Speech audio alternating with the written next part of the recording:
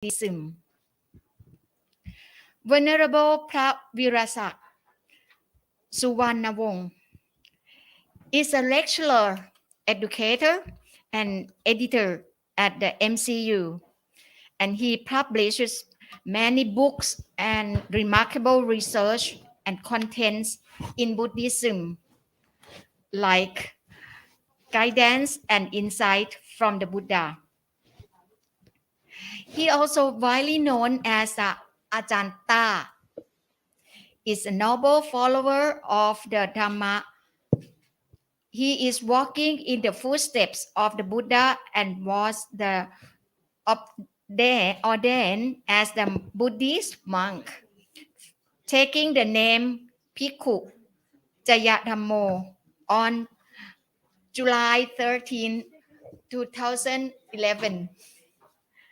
Ajanta stated his spiritual journey in the tradition of the Ajahn Phra Panyanantha Bhikkhu, a blossom Dhamma friend, Kalyanamit of the eminent Buddhist monk Ajahn Puttathassa Bhikkhu of the Suan Mok.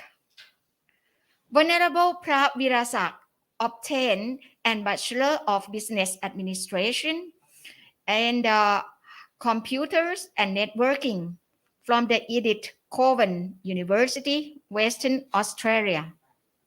He also obtained a Master of Arts in Peace Studies from the Mahachulalongkorn Rachvidyaya University, Thailand. So right now, Ajanta is an abbot and has been developing Buddha Panya Monastery Sena, which is located in Ayutthaya, Thailand.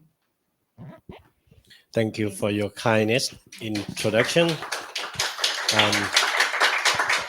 Respected most venerable director, พระครูพระประหลัดปัญญาบรวัตร and Professor Wang Sunin, venerable Professor Chong Dok, Professor Frank Hoffman, all lecturer of International Buddhist Study College, Dongkuk University, our special guest from Korea, and our beloved student of Mahachulalongkorn University, also student in Korea, Dongkuk University, through the Zoom as well. So my topic is from my paper. I try to summarize my 22 pages of my article to be small number of the PowerPoint. So normally this topic used to be taught in BA level of International Buddhist Study College about basic understanding history of Buddhism. When we're talking about the mind, most of the people sometimes refer to Western philosophy of the mind. When we're talking about the mind, some people refer to consciousness, some people refer to neuroscientists or whatever we heard about it. But in terms of Buddhism, especially in Theravada, we're talking about the mind. It's a part of the 5 aggregates. Some of you may already understand the 5 aggregates well already. But some of us still knowing the name of the 5 aggregates, but we haven't been practiced or observed well enough to understand how the 5 aggregates working in our life. So everyone here in this world, we also have 5 aggregates. So we have the same, we have rupa, we have vedana, feeling, we have sanya, perception, we have sankhara or the mind formation, and also we have the vinyana or the consciousness. we have the same kind of 5 aggregates. But when we're talking about the mind here, oops, excuse me. Oh, now it's gone.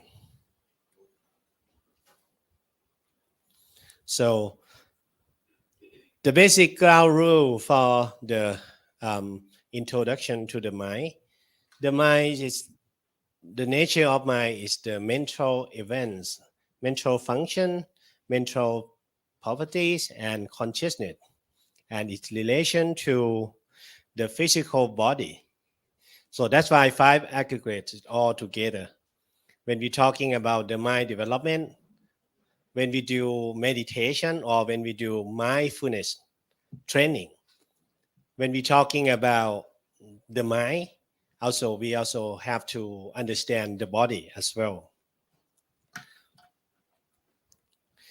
So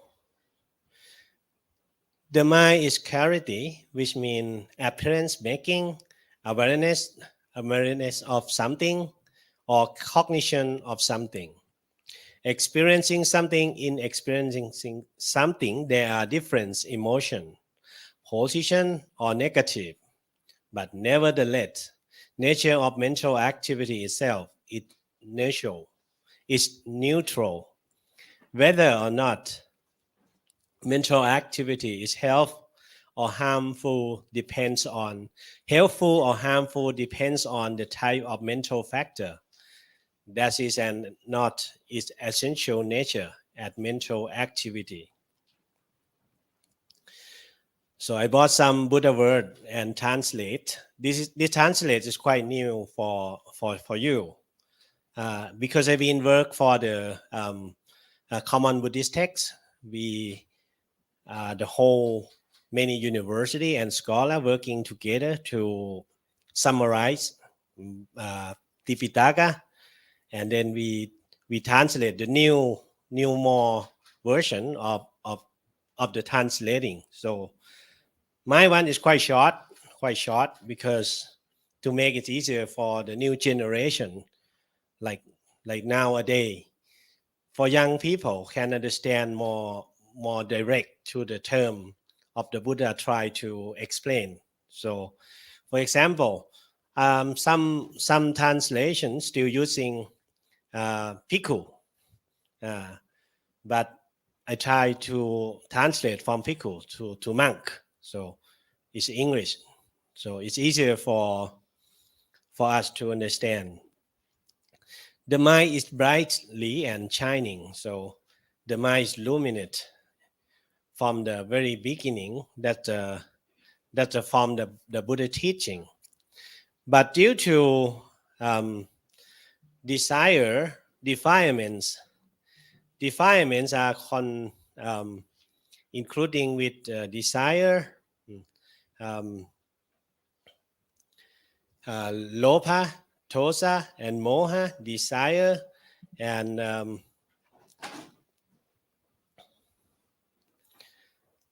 lopa, which means greed, and desire, which means tanha, and another one is the avijja, which means the translation for avijja, ignorance. Sorry. Sometimes I switch from Bali to Thai and English. So sorry for that. So I will go quickly. So from the teaching of the Buddha, so the mind is pure from the very beginning, but due to the arising of defilements, that's why we need to train our mind. The nature of the mind is pure, but due to the defilement occur to our mind. So that's why we have to train our mind to be clean, to be purify our mind, and make our mind stronger and more healthier to live with this world, which is changeable all the time, and very difficult. So from this perspective, the mind without the train can be harmful. So when unwholesome tendency in it and left unrestrained, and just how beneficial it is when cultivated by mindfulness training. So from this quote, monk, I do not observe anything else that is immensely conducive to harm as an undeveloped, uncultivated mind. An undeveloped, uncultivated mind is immensely. Thank you. Immensely conclusive to harm as an undeveloped, uncultivated mind. An undeveloped, uncultivated mind is immensely conducive to harm. Monk, I do not observe anything else that is so immensely conducive to benefit as developed, cultivated mind. A developed, cultivated mind is immensely conducive to benefit. Monk, I do not observe anything else that is so immensely conducive to harm as an uncontrolled, unprotected, unrestrained, untamed mind. Monk, I do not observe anything else that is so immensely conducive to benefit at a controlled, protected, restrained, tamed mind. Now, the state of learning the mind, the nature of mind, and the mind need to be trained. So today I'm focusing on the mindfulness training in Theravada Buddhism. So from the text from the Pali Canon in Theravada Buddhism, especially we have our own version here in Mahachulalongkorn University. And we also have the projects right now going on with our director who in charge about this project. So we're going to translate from the Thai, Bali to Thai, and the Thai to English. So, but right now we only using the Bali Text Society, which been translated from long ago, and only a few books already retranslated with the new term of language. But there are still more than half still using pretty old English. So in recent years, mindfulness has been very popular in all over the world, not just in Thailand. So the term of mindfulness training become more popular. In Swanmok, in Chaya, Suratani had been promote this mindfulness training from long times ago, from maybe 30 something years ago. I can't remember exactly number of years. So I mentioned about many of mindfulness-based cognitive therapy or mindfulness-based stress reduction. Or this morning, also director talking about using mindfulness-based, concentration-based for student. So, but here, because of here, Buddhist university and most of our students are Buddhist and also monks and nuns. And one day they're going to graduate and going to deliver the Dhamma knowledge to others. They will go back to their hometown, they will go back to the country. So monks mostly, the teaching Dhamma, the teaching mindfulness, the teaching Sila, the teaching Sikha, as Venerable Hansa mentioned this morning. So in mindfulness training in Theravada Buddhism, today I can present you two sutta. There's only two in the Pali Canon. So the first one is Anapanasati Sutta. that's talking about mindfulness with breath. So there are 16 stages. And another one's names Mahasatipatthana Sutta, talking about Kayanupassana, Vedananupassana, and Chittanupassana. And the last one was Dhammanupassana. So 4 Satipatthana.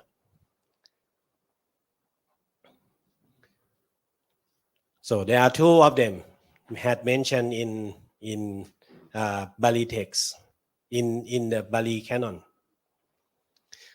So the 4 foundation of mindfulness, in short, it was first delivered by the Siddhartha Buddha at the Kammasatamma at the Kuru country, right now in India, called Kailash Hill in New Delhi, India. If you search on Google, you will find the exact place. So maybe some of us already been there. Peace study students, mostly they go there every year.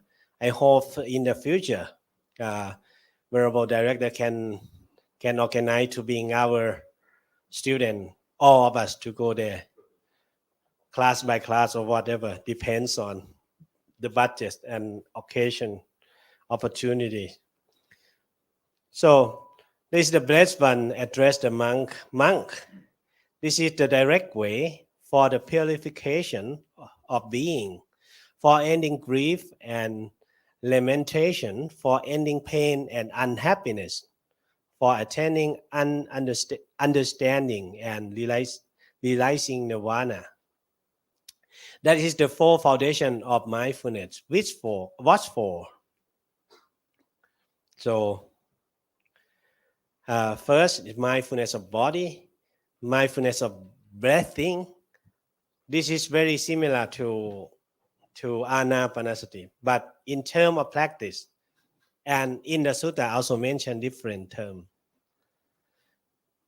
And the posture and body, when we training mindfulness of the body, we also observe our body movement and posture. Mindfulness with clear comprehension, the reflection on the repulsiveness of the body, the reflection on the material elements. Material elements, which mean we have dhatu. Normally we have 4 dhatu according to the teaching of the Buddha.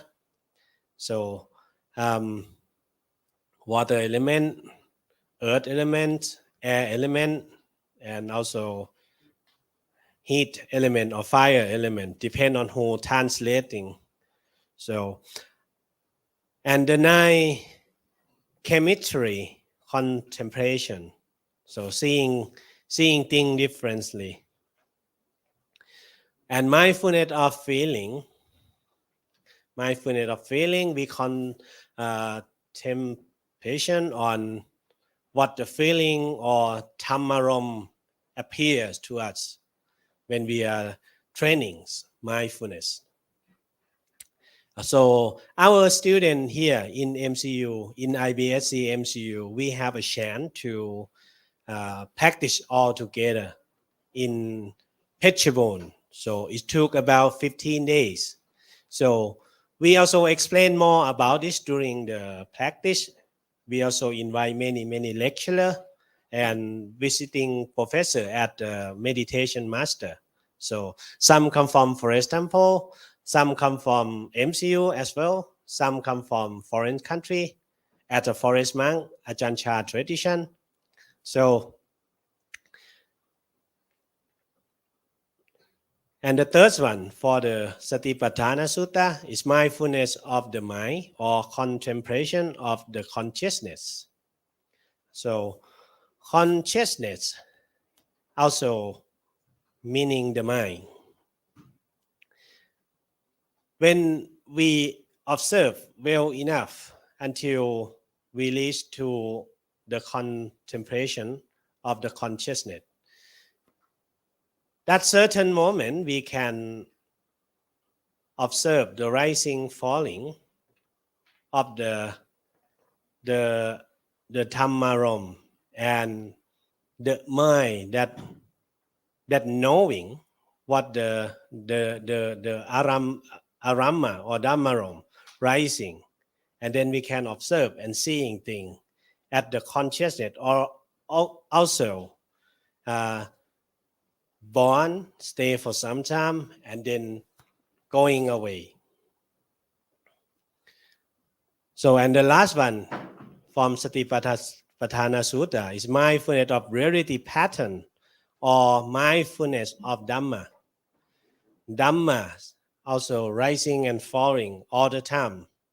So, what are the Dhamma rising and falling all the time during we doing meditation training? So, first is the 5 hindrances and the 5 aggregates of clinging, the 6 internal and external sense bases, the 7 factors of enlightenment, the 4 noble truth.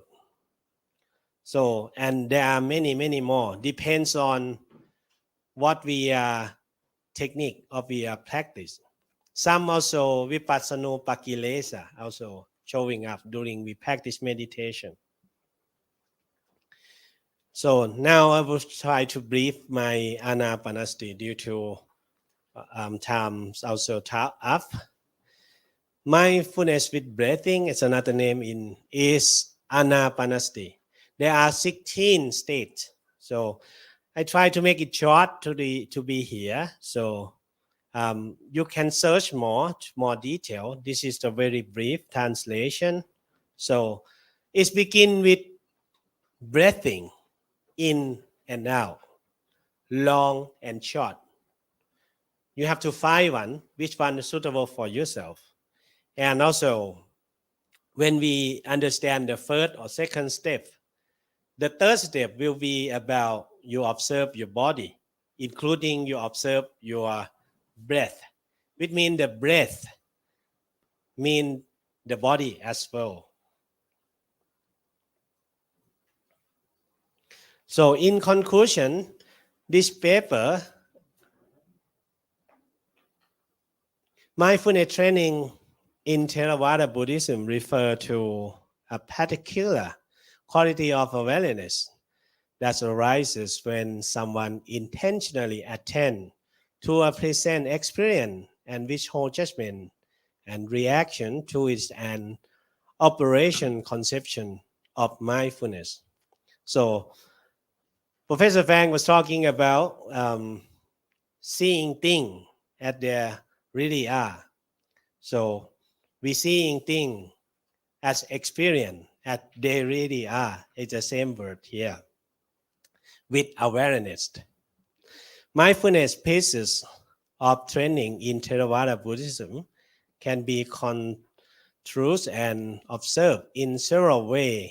Phenomenologically, mindfulness can be seen at an experimental state that varies in prominence as people go through different environments and activity, including but not limited to meditation.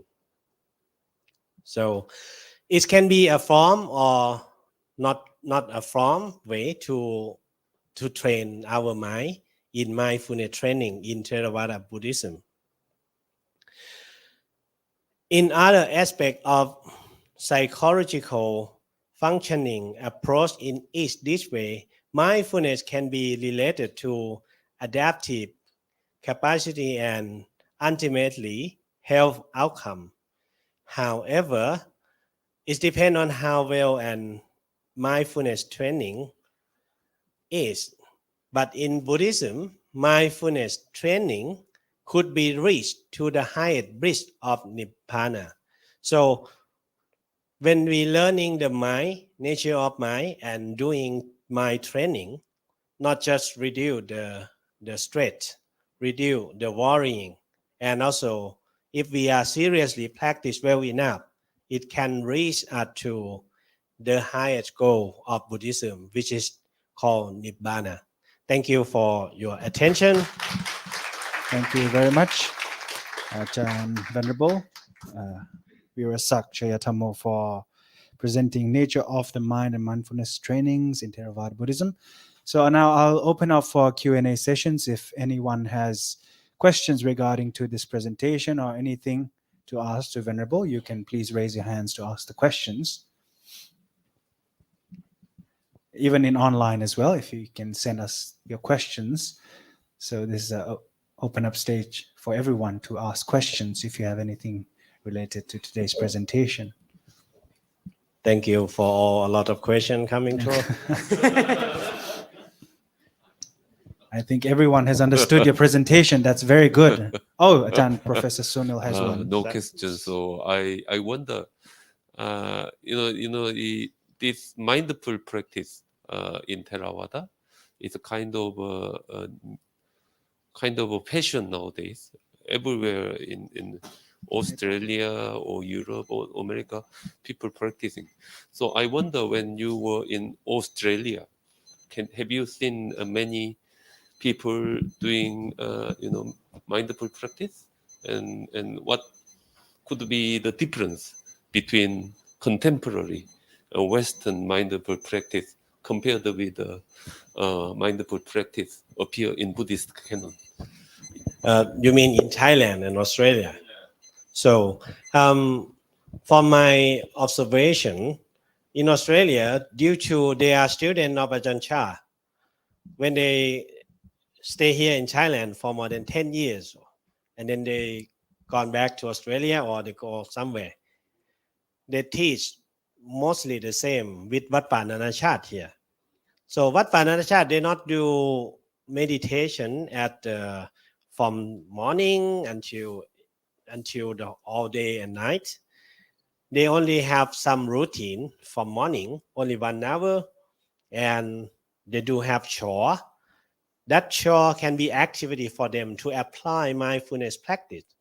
For example, sweep the floor, polish the dishes, polish the bowl, and also doing cleaning. That also can be applied for a mindfulness practice as well.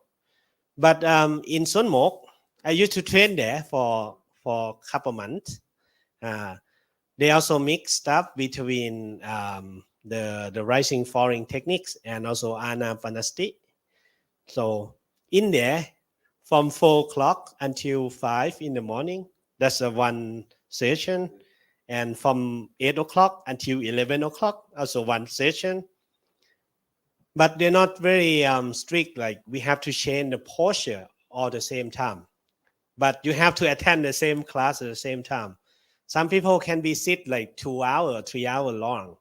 But some people can be 15 minutes and change posture. So I think in Thailand also different method about the way they practice.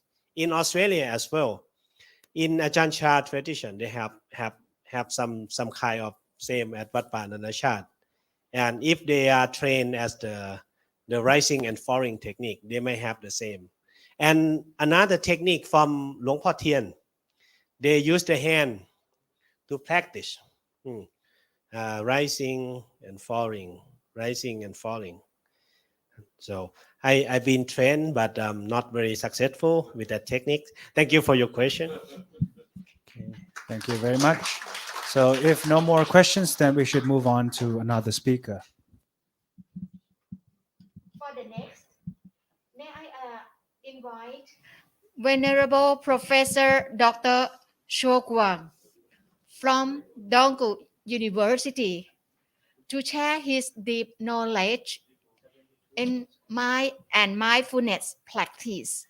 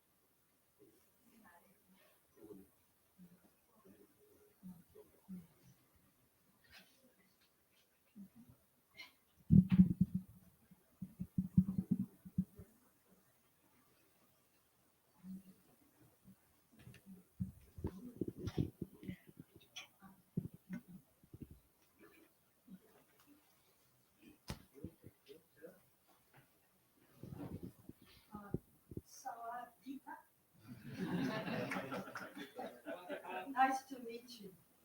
I am honored to be here with all of you. I would like to thank all of you. I would like to thank all of you, especially officials of Chulalongkorn University and Dongguk University, for organizing this joint conference, international conference. I would like to talk about these topics under the theme Modern Mindfulness from the perspective of traditional Buddhist practice.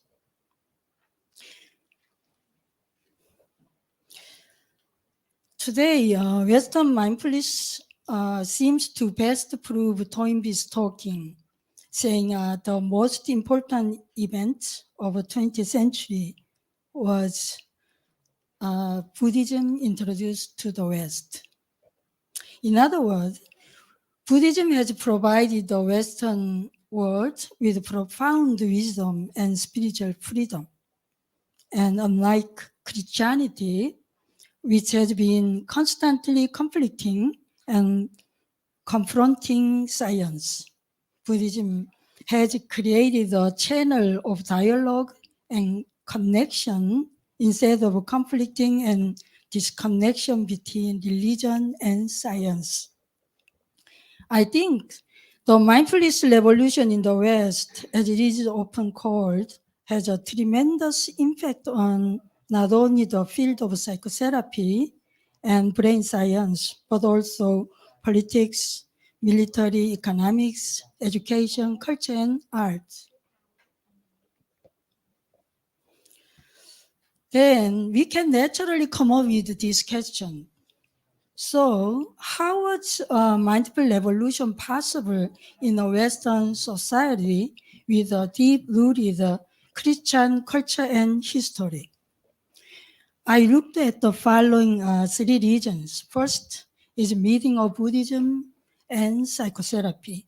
The second is development of meditation programs based on MBSR. The third is meeting of Buddhism and science, especially brain science. First, let's look at the encounter between Buddhism and psychotherapy. It is not clear when these two first met, but there is a famous anecdote. When William James, the father of American psychology, was lecturing at Harvard University, he heard an explanation of Buddhist doctrine from a Sri Lanka monk, Anagarika Dharmapala, attending his lecture. After hearing Buddhist doctrine from the monk Dharmapala, William James declared that American psychology should study Buddhism for the next 25 years. However, as William James predicted, Buddhism did not receive active attention from American psychology. This is because the research topics on higher mental functions, such as human consciousness, compassion, and wisdom, which Buddhism were interested in, were out of spotlight due to the power of behavioral psychology that advocated pragmatism and science at the time. In the 1960s, however, with the advent of transpersonal psychology that integrate East-West psychology, psychotherapists began to pay attention to spirituality, such as deep religious mystical experience, transconsciousness, and non-dual consciousness. As a result, research topics in Buddhist psychology, such as enlightenment, compassion, no-self, and non-duality began to be incorporated into the research subject of Western psychology. Actually, I put many pictures. Some of them may be a little bit, I thought, bored, So I put many pictures. Just look at the pictures and enjoy. Meanwhile, another factor in the popular interest and craze for mindfulness is the emergence of meditation programs centered on MBSR. MBSR was developed adapting Buddhism mindfulness techniques into secular therapeutic intervention in the 1980s in the United States by John Kabat-Zinn, as you know. Since then, several programs such as MBCT, ACT, and DBT have been developed under the umbrella of MBSR.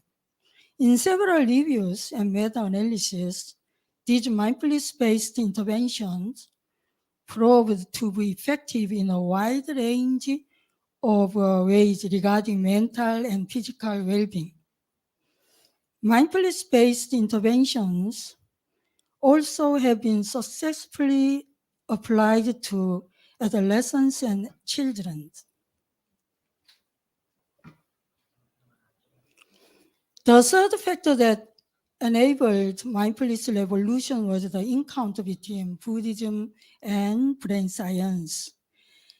As Buddhism and brain science began to become curious about each other, brain scientists began to become interested in studying the effect of meditation.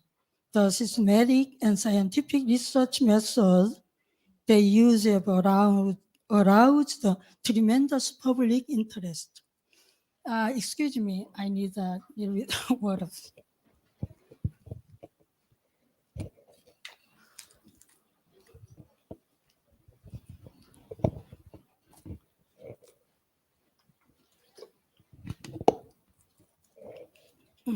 Thank you.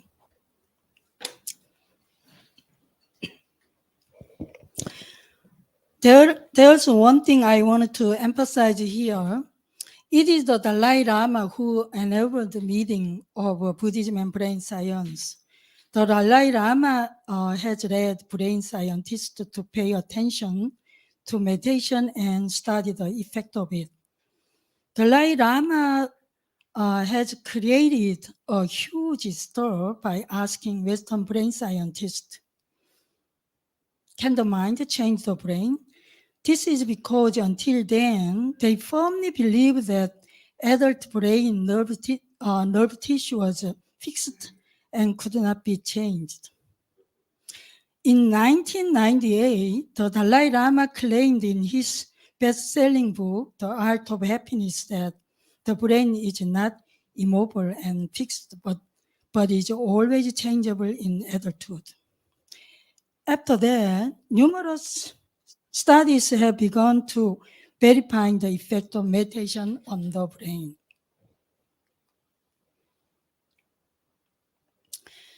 As you can see in the picture, measuring techniques such as fMRI, EEG, MEG, NIIS, and heart rate were used to measure the effect of meditation. These meditation effect of measurement techniques also have played a decisive role in leading the mindfulness revolution today. In the 2000s, such brain flexibility and plasticity began to accelerate the integration of meditation practice and psychotherapy. As a series of studies have been reported that meditation training changes the structure of the brain. Similarly, various mindfulness measurement scales have also been developed over the years. By these factors, studies related to mindfulness began to explode year by year. As a result, if you look at this graph, you can see that mindfulness research has been increasing tremendously every year since 2000. In 2020, almost 3,000 papers were published. There are about 70,000 studies quoting the word mindfulness in 2020.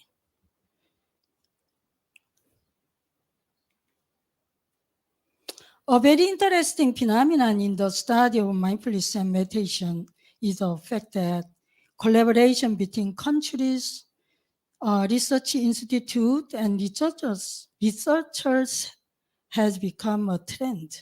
If you look at the graph, you can see that there are more than 80% of studies. It's a blue pillar and also a dotted green line done in collaboration between countries.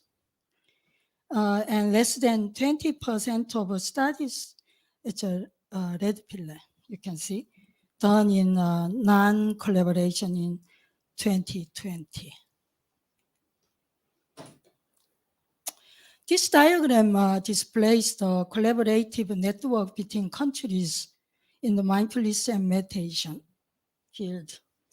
From the perspective of link strength, the USA has been the center of global collaboration in this field, and its international collaborative activity is much higher than that of other countries. As you can see, England, Australia, and Canada are the next countries to conduct joint research between countries after United States.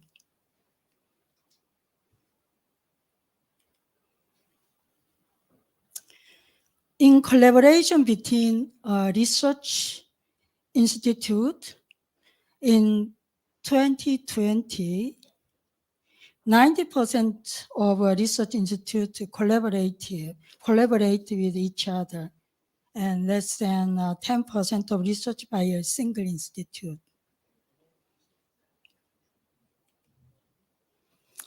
This diagram shows the inter-institutional collaborative network in terms of link strength.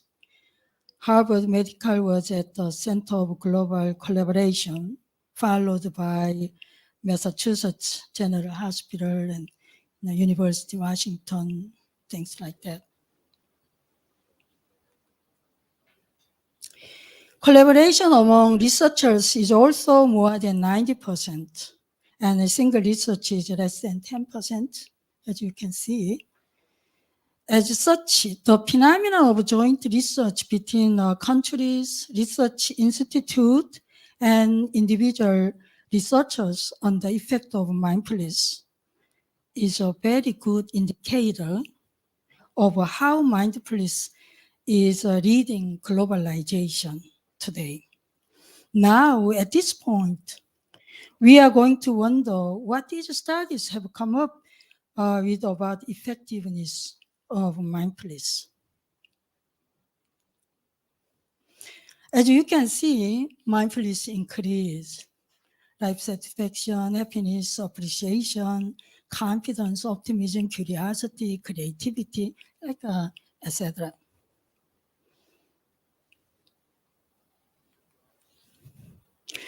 Mindfulness, on the other hand, also reduces anxiety, depression, stress, suicidal thought, stroke, high blood pressure, diabetes, etc. Mindfulness is also said to help people get balanced diet, regular exercise, and drink less alcohol and get proper sleep. Based on these findings, it seems as if mindfulness is a panacea that solve all the problems that we humans have. So, is mindfulness really panacea?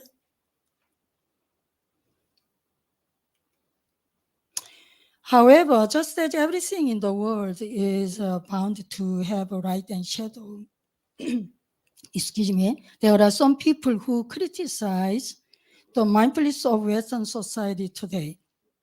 There is a critical view of mindfulness. Ronald Foster, author of Beyond Mindfulness, criticized those who used mindfulness as a tool for more happiness, health, success, power, and wealth as mindfulness dealers or mindfulness brokers. He also criticized mindfulness has become a banal form of capitalist spirituality that mindlessly avoids social and political transformation, reinforcing the neoliberal status. Basically, first argues that mindfulness is being transformed into a treatment technology that strengthens the three poisons rather than being used as a means to detoxify and wake up individuals and groups from the three poisons. There is another study that showed a negative view of the effect of mindfulness. A study on mindfulness effect on prosocial behavior argued that mindfulness can make people selfish.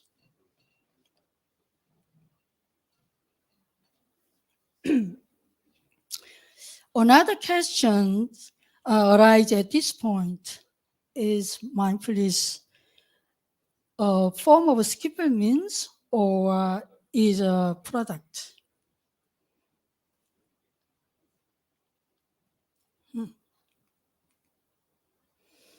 To answer this question, it seems necessary to first look at the role of mindfulness in the Buddhist practice system. I'm going to skip this one. Just please mindfully just scan this word or picture. There's 7 factors of awakening. There's 5 roots of 5 powers. In the 7 factors of enlightenment, mindfulness is the first element. It functions as the basis for reading the remaining 6 elements. Therefore, the 4 establishment of mindfulness, no problem. Eightfold Noble Path. In the Eightfold Noble Path, the 8 elements are also classified into 3 disciplines, as we can see.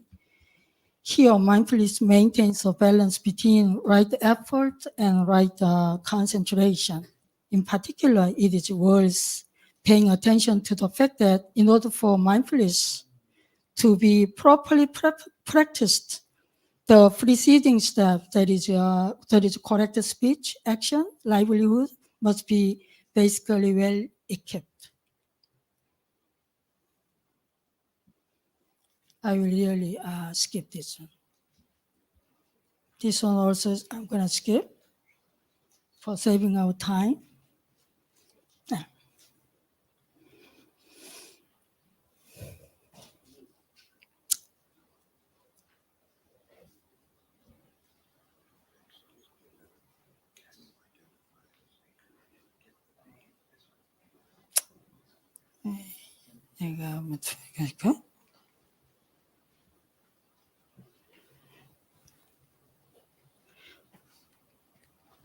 I'm going to comparison of traditional Buddhist practice and mindfulness. Okay. Skip these things. Yeah, look at this. If you look at the human view, traditional Buddhist practice, especially Mahayana Buddhism, is based on belief about Buddha nature and innate wisdom, while Western mindfulness takes a neutral position. For the purpose of practice, traditional Buddhist practice is aiming to enlightenment and save all sentient beings. Meanwhile, mindfulness is mainly aimed at psychotherapy and well-being. Look at the practice system. Traditional Buddhist practice use morality as a basis for all practice. Mindfulness, on the other hand, lacks moral practice. The focus is on the therapy process and treatment mechanism. Oh, okay. Nevertheless, what they have in common is that they both aim to help people get out of pain and live a happy life. In other words, both have people move from ill-being to well-being and from vulnerability to resilience. Yeah. Okay. In conclusion, I think I'm going to read this one. Therefore, in order to maximize the effect and minimize the side effect of mindfulness on solving the problems our society today is facing, Western mindfulness might need to meet again with the traditional Buddhist practice system, the epicenter of mindfulness, and at least melt the spirit of morality and generosity or compassion into mindfulness curriculum and practice. Thank you very much to Professor Dr. Venerable Sokwang Yong Suk Song for presenting modern mindfulness from the perspective of traditional Buddhist practice. So before we move on to any other speakers, I will open the opportunity to raise your hands to ask questions. Yes, please. Yes, firstly, thank you for the good presentation, and full respect to first and many my venerable friends and brothers and sisters. Thank you so much being here. And my question is, firstly, my name is Mi Egang, and IBSC BA first year student. And today I have two questions about the mindfulness. And first about actually when we talk about the Korean Buddhist practice, and was based on the Koan, Hwatu, and Kwanhatu is based on the original from Chinese traditional is a practice. But about 30 and 40 years ago, is the Vipassana is from Myanmar, or the Theravada Buddhist tradition was spread in over the world.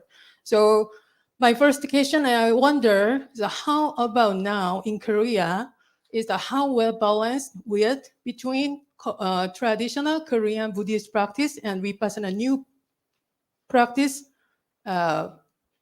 movement, like how about this like? And the second one is actually in Korea is the original traditional religion is the Buddhism, like, but many Christianity are growing.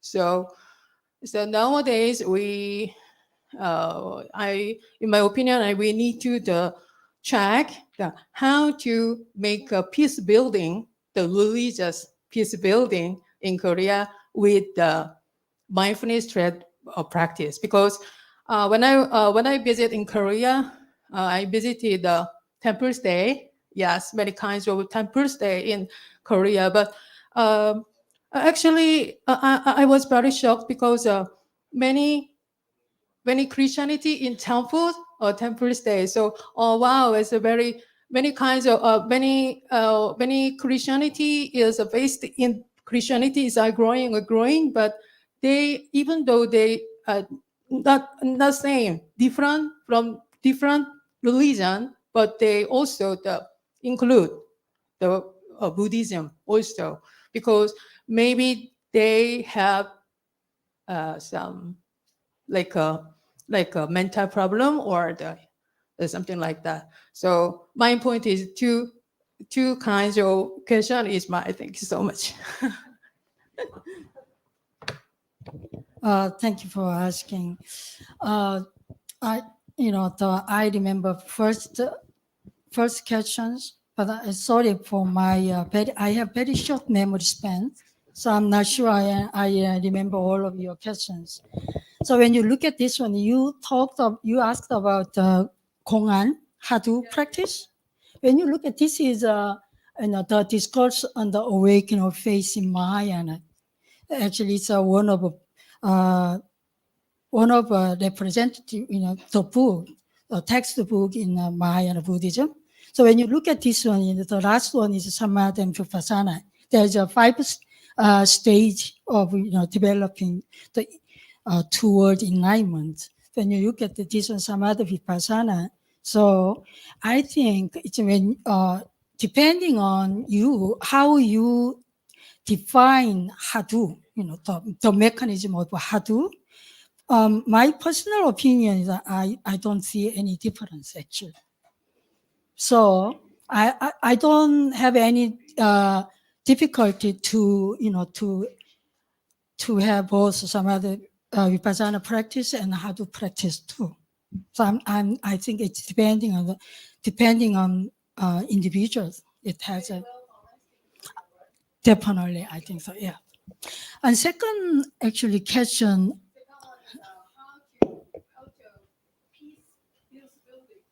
Peace building.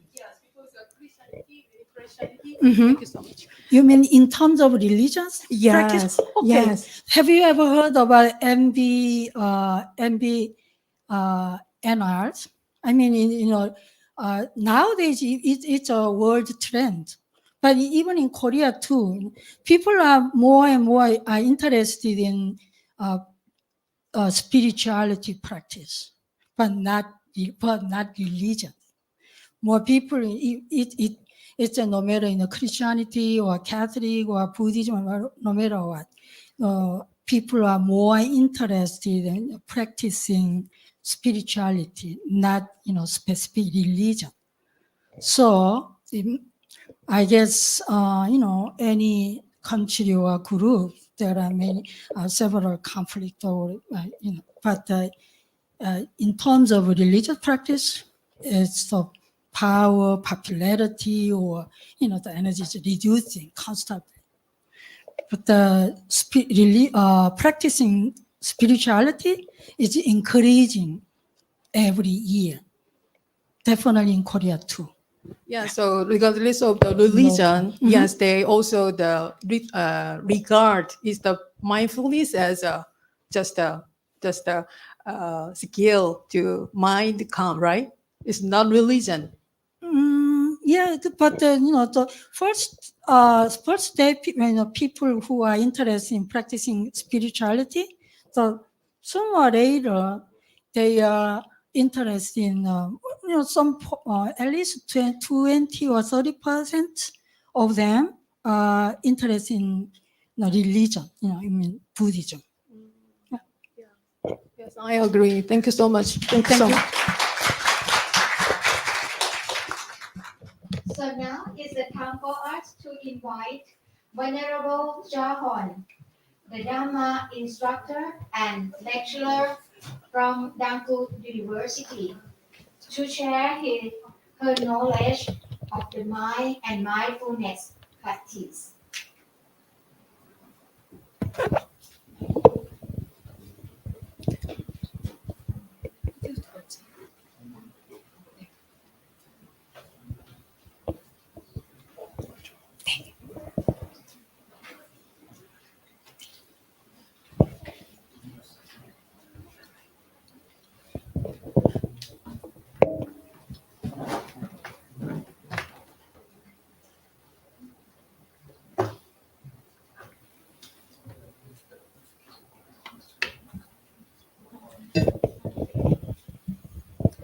Hello, everyone.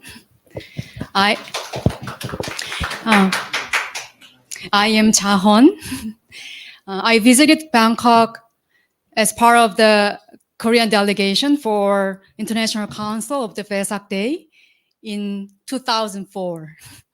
So it's been really wonderful to be back here after 18 or 19 years. Okay, so I think some of you probably met back in 2004, right? Okay. I am Dharma instructor at Dongguk University. Apart from the classes offered for the degree programs, I run Dharma talk sessions and engage in various Buddhist activities with the undergraduate students. And before coming to the university, I also had the same role at University Hospital, affiliated to Dongguk School Foundation. So it's very lucky for me to have a chance not only do academic research, but also chance to implement the teachings in the real life settings, I should say. Again, I'd like to thank Venerable Jeongdeok and IBSC of MCU for giving me this opportunity to present here. Thank you. My presentation today is about nurses. So it's more like a case study specifically for occupational group of healthcare workers and its relation to the meditation. So as you can see from the title of my presentation, yes, it's about the nurses and it's about their sufferings and it's about the means to alleviate their sufferings. And among many different means, from a qualitative study, meditation proven to be very effective self-care strategy for the nurses who are dealing with many distressful working-related stresses. So let me begin my presentation.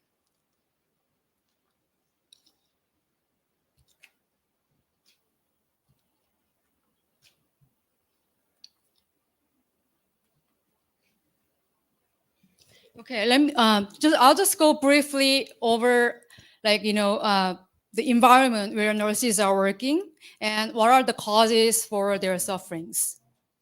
I don't need to go over into details, but of course they work in multitasking environment, and then they also face stereotypes, such as nursing is a women's work, and they also face there's a commitment to dedication and sacrifice are something sometimes taken into granted. And they also work in a environment where the members are very diverse, and playing a mediating role is unavoidable. Okay, and then most of all, dealing with someone's health and even life. They work in an environment, even small mistakes are not permissible. So they're often exposed to verbal and physical abuse by coworkers, patients, and guardians. And especially in Korea, there is a culture of taeum, which means to burn to ashes in Korean. And taeum is the hazing practice prevalent among nurses. So senior nurses are given higher privileges, unofficially permitting them to treat and educate junior nurses and especially new staff with hierarchical leverage and control over them in the process of teaching and handling over tasks. So overall, multiple and heavy workload, preceptor system, hazing practice, and mental and physical burden have driven them to high turnover rate. So despite the new policies in Korea, national average turnover rate is about 15.4%, and resignation rate of new nurses less than a year, which is 45%. So it means 1 out of 2 nurses, they quit less than a year.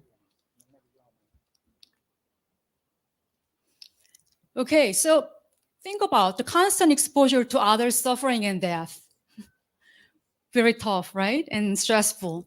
So they can predispose nurses to similar feelings of distress and negative consequences of caregiving for others at the same time.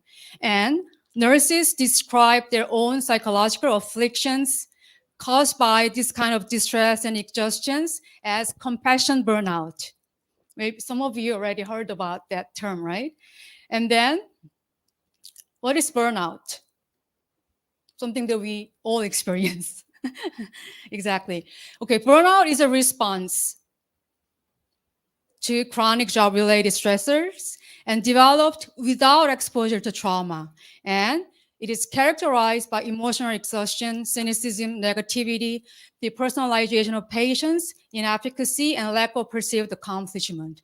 And WHO in 2018 identified burnout as a disease, defining it as a syndrome resulting from chronic work stress that has not been successfully managed. Okay, so compassion burnout sounds like oxymoron term, right? So I want to ask, can compassion cause burnout? And now I'd like to share the study contesting the term compassion burnout of the nurses in the context of neuroscience, cognitive science. So comparing empathy and compassion. So telling you the conclusion first, the term compassion burnout should be replaced as empathic distress fatigue. And we need to draw a clear line between empathic distress and compassion, because compassion is the strategy to ease empathic distress fatigue. Okay, let me briefly go over the differences. So empathy is feeling with others when we are exposed to their distress and suffering, while recognizing that emotions we experience are external to oneself and they are initiated by other person, not from ourselves. Compassion, however, feeling for others who are in pain with warmth, empathic concern, capacity to understand their perspective and intentions, and having pro-social behaviors such as the motivation to act with compassion to relieve their pain. So you can see clearly the distinction between empathy and compassion. And according to fMRI findings, maybe this is more clear. So there are different brain areas activated when it's empathy and when it's compassion. So according to fMRI findings, empathy is more like socio-affective path. When we experience empathy, brain areas activated are linked to neural networks. They process the first-person experiences. So it is telling us that when we empathize with a person who is in pain, our brain will also show activation of similar circuits as the brain of the person with whom we are empathizing. But compassion is different. It is more of socio-cognitive path. Neurological areas that are activated are linked to more reward and affiliation processing with the receptors that stimulates positive affect towards those who are suffering, and also activates networks that provide a protective action from stress. So in short, compassion is linked to helping reward and forgiveness behavior, whereas empathic distress fatigue decreases helping behavior and is more associated with increased aggressive behavior. So when we empathize with someone in pain, we are at a junction. Either we can feel very distressful and trapped in negativity, or we move forward more positive, compassion in mind. Okay. So when we talk about compassion, it involves a healthy balance of compassion for others and compassion for oneself. And what is truly important is that compassion can be taught and trained. Actually, Venerable Seogwang specializes in this compassion training. And it would be great if she could have more time to talk about her specialty in compassion training. But just let me briefly talk about compassion. And now it is commonly accepted that compassion training increases altruistic behavior, improves emotion regulation, and strengthens positive affect that leads us to better coping and cultivate self-compassion. And there are more than enough evidences, including these fMRI evidences at this point, that meditation enhances emotion regulation and improves compassion and resilience. So concerning the transition from empathy to compassion, meditation is recognized as a highly effective self-care strategy to alleviate the empathic distress known as burnout and improve compassion. Okay. So again, the areas of brain that activate are different, and when we empathize with somebody, it could be either empathic distress or it could lead us to compassion. And between these two, meditation can be effective intervention to bring us to more compassionate and resilient mind.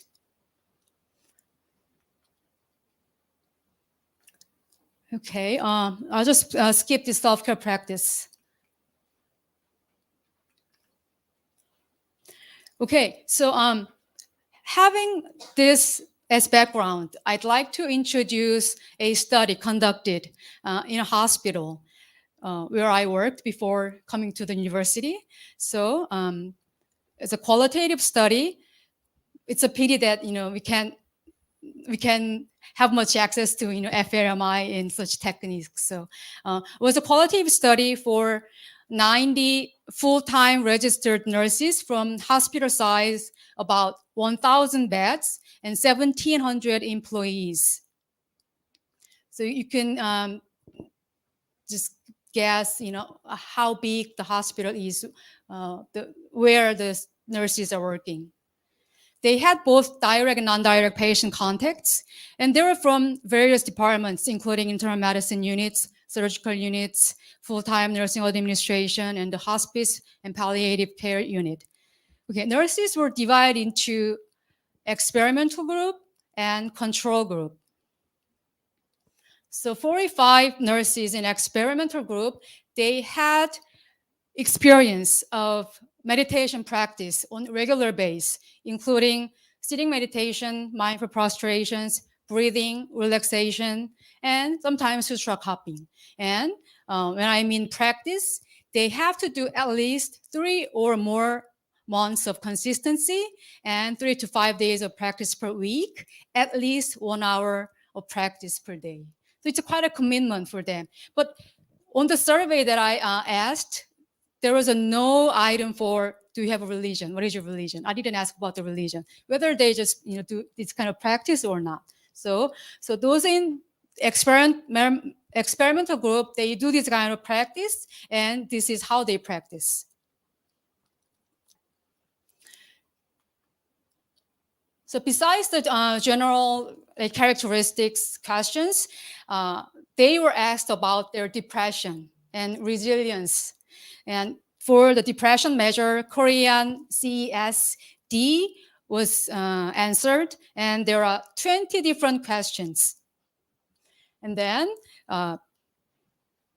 Venerable Jeongdeok already talked about how Koreans depress. So I wouldn't go into the details about the depression, but let me briefly talk about what resilience is.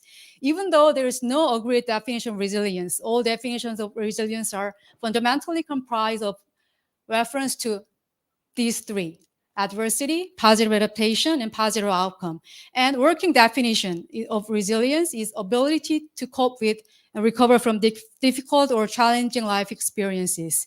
The process, which is from vulnerability to resilience, and outcome of successful adaptation are done through mental, emotional, and behavioral flexibility and adjustment to external and internal demands. Resilience in general is evaluated in terms of cognitions, behaviors, and environment. So cognition, changing our distortions in cognition and reframe negative thoughts to more positive thoughts and more focus on what is within control. And behavior, self-regulatory, self-care, participatory behaviors are considered. And environment, of course, social and organizational supports are also needed, along with personal efforts. So essentials to psychological resilience are challenge, commitment, and personal control. Thus, resilient people often have a number of different characteristics: a survivor mentality, effective emotional regulation, problem-solving skills, self-compassion, social support. Thus, resilience can come in different forms, including physical, mental, emotional, and social resilience. So this is how resilience is usually talked about and defined. And in Korean resilience quotidians measure, there are 3 different elements: 1, personal control, interpersonal relation, and positive affect. 5 minutes left. Only 5 minutes? Wow. All right. So this is a brief illustration of how Korean resilience measure is working. There are 3 different areas and different categories under 3 different areas. Okay, so, and 53 questions. So let me share some of the results of the study. In general, the younger, the more depressed, and the older, more resilient. I think this is very similar representation of depression and resilience status over in Korea. And between the experimental group and control group, depression scale was lower for the group with meditation practice on regular basis, and overall resilience, self-control, interpersonal relation, positivity were higher for the experimental group. Means, so those who practice meditation regular basis are less depressed and more resilient, truly. And from the results of both depression and resilience measures, we should be more attentive to the groups of ages in 20s and 30s with less working and no meditation experiences. They were the most vulnerable group out of this study. And let me just, okay, I don't have to talk about the validity of the study, so let me just skip. Okay. Because this is to see whether it's valid or invalid that, meditation as an independent variable has real effect on dependent variables such as depression or resilience. And according to study, yes, they have very strong explanatory power, such as 49% for meditation as an independent variable has an effect on the dependent variable on depression and resilience. Okay. Before going into another maybe issue, I'd like to share the confessions from 2 nurses. So it's quite a lot of commitment for them working under a very stressful environment.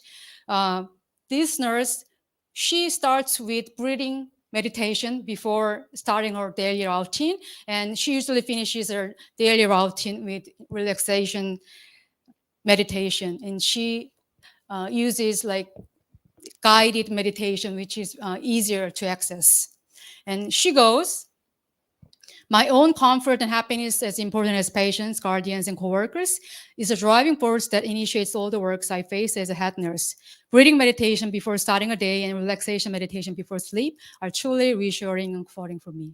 So this study, considering this study was conducted during the peak of the COVID-19, and meditation was highly effective dealing with their extreme stress and exhaustion.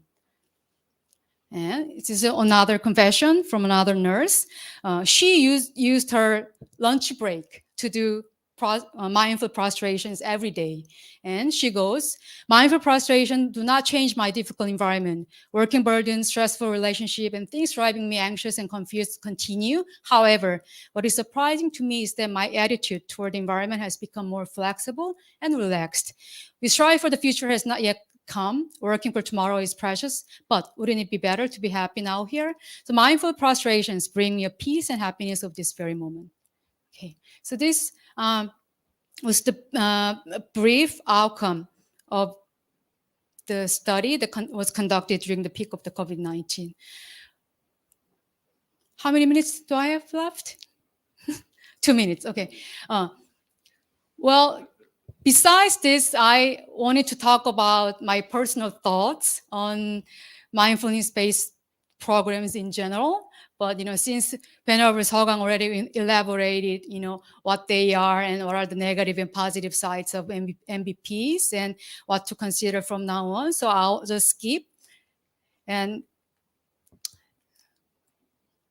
so I'll just skip, and then yeah, I'd like to just show, someone asked about the religious diversity and how mindfulness works in Korea. And then, as you can see, we are going to a very non-religious society in Korea. So 6 out of 10 have no religion and they're not interested in religion.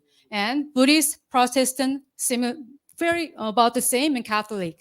So we are going toward now religious society, but people are still striving for spirituality. And that brings us to SBNR, spiritual but not necessarily religious, SBNR, right? And then she asked how mindfulness can work in this kind of diverse society. And then I just give you one example. Even Catholics, they adopt mindfulness meditation, and they call it centering prayer meditation. Protestants, they're still reluctant take meditation as their part of their practice, because in Korean society, people tend to think that meditation equals Buddhism. And highly diverse society in Korea, and where very strong Protestant influence remaining. Even though despite Korea has a very long history of Buddhism and a very long history of Buddhist practice, unlike the Western culture, it's not easy for us to adopt MBSR or MBCT as a subsidized programs in hospitals, which means those programs are covered by insurance, like in the States. But it's not yet come to Korea.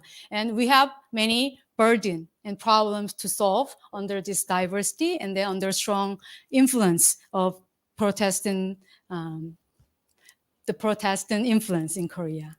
But, okay.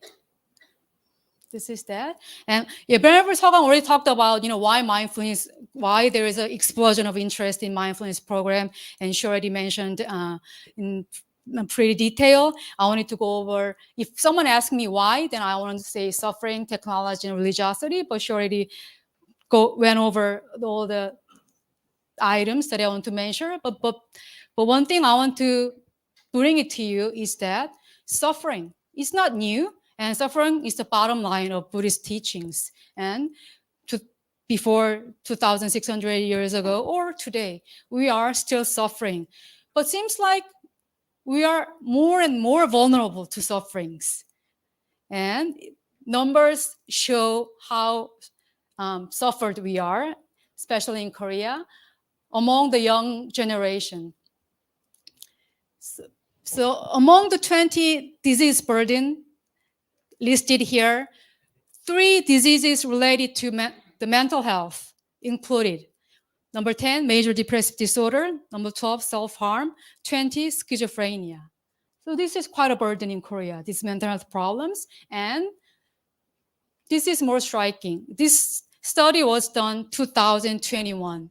So late adolescents, now aged between 19 and 24, 1 out of 6 young generation, they experience depressive symptoms.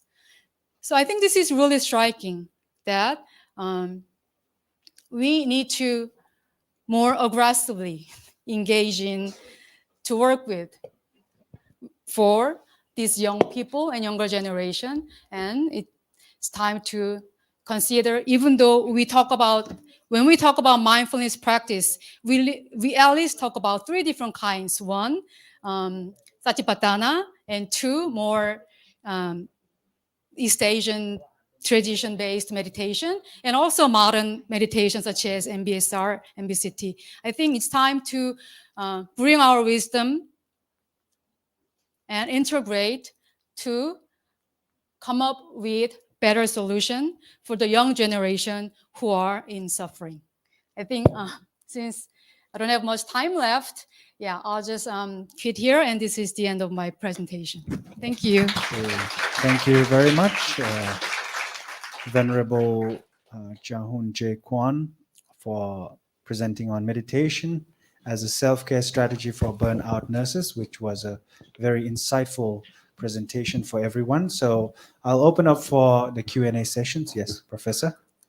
Thank you for explaining the difference between empathy and compassion, and I understand it finally. But my question is different.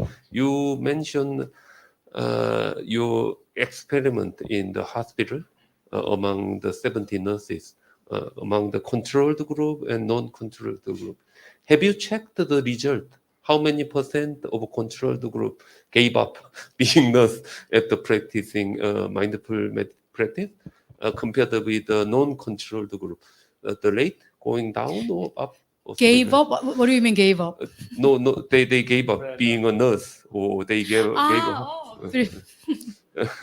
Because you said the nursing is very hard, About so half of you're them asking gave up. how many percentage of nurses who are, even though they're practicing Buddhist meditation, they still quit. So, I'm sorry, I don't have the answer. I don't have the number. Haven't you checked it? No, it's not. Yeah, I haven't checked it. Okay. Yeah, but I think it's very important for the future qualitative studies. I think those kind of very specific details should be included, right? Yes. Any more questions? Yes. Can you bring the mic, please? I'm just curious. You showed Nurse B. She was doing prostrations as a part of her practice. You also mentioned that it was a secular-based mindfulness program. When I see prostration, I think religious practice. So was she doing religious or secular practice when she was doing mindful prostrations? Does it have to be religious or Well, non-religious? that's the point. That's the question, I The, guess. the one Yeah. I showed you, she's a Buddhist. Okay. She identifies herself Buddhist, but I believe during her prostrations, I don't think she really thinks of whether she's a religious, whether this is secular or non-secular practice. She just tries to focus on her prostrations. Yeah, in a mindful way. In a mindful Yeah. yes. Thank you. Anything else? Okay, thank you.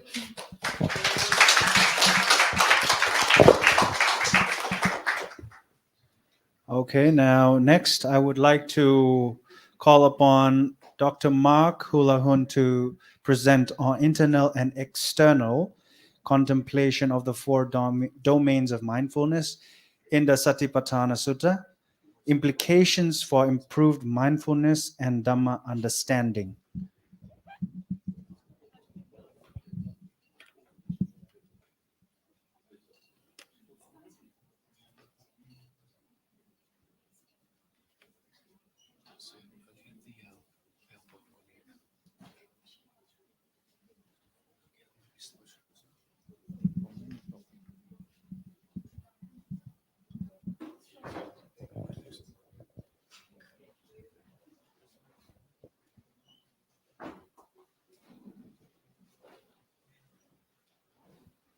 Good afternoon, everybody. It's a real pleasure to be here, and we've all heard some pretty amazing things, and Sister's presentation just now is quite an act to follow, right? It's pretty amazing. So my topic is on internal and external contemplation, which is mentioned in the Satipatthana Sutta. Within the context of how it can, how important it is in the practice, and also how it has a big social function. Simply, it does. But I'm going to get there a bit indirectly, hopefully not too indirectly.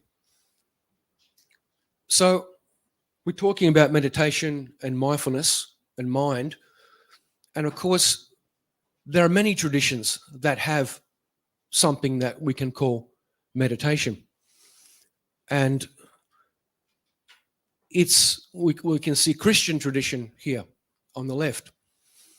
Christians were not really allowed to practice anything like contemplation for a long time in the history of the church. And it really wasn't until the Protestant Revolution when people were able to experience God for themselves. Before that, we saw structures within the Catholic Church like this. There were what we could call contemplations, but they were very structured and had to be done very carefully and only by some people. For most people, it was like more or less just do what the priest and the Pope tells you. But that changed with the Protestant Revolution as far as experience goes. So I'll move on, but we have different traditions that have kinds of meditation in them.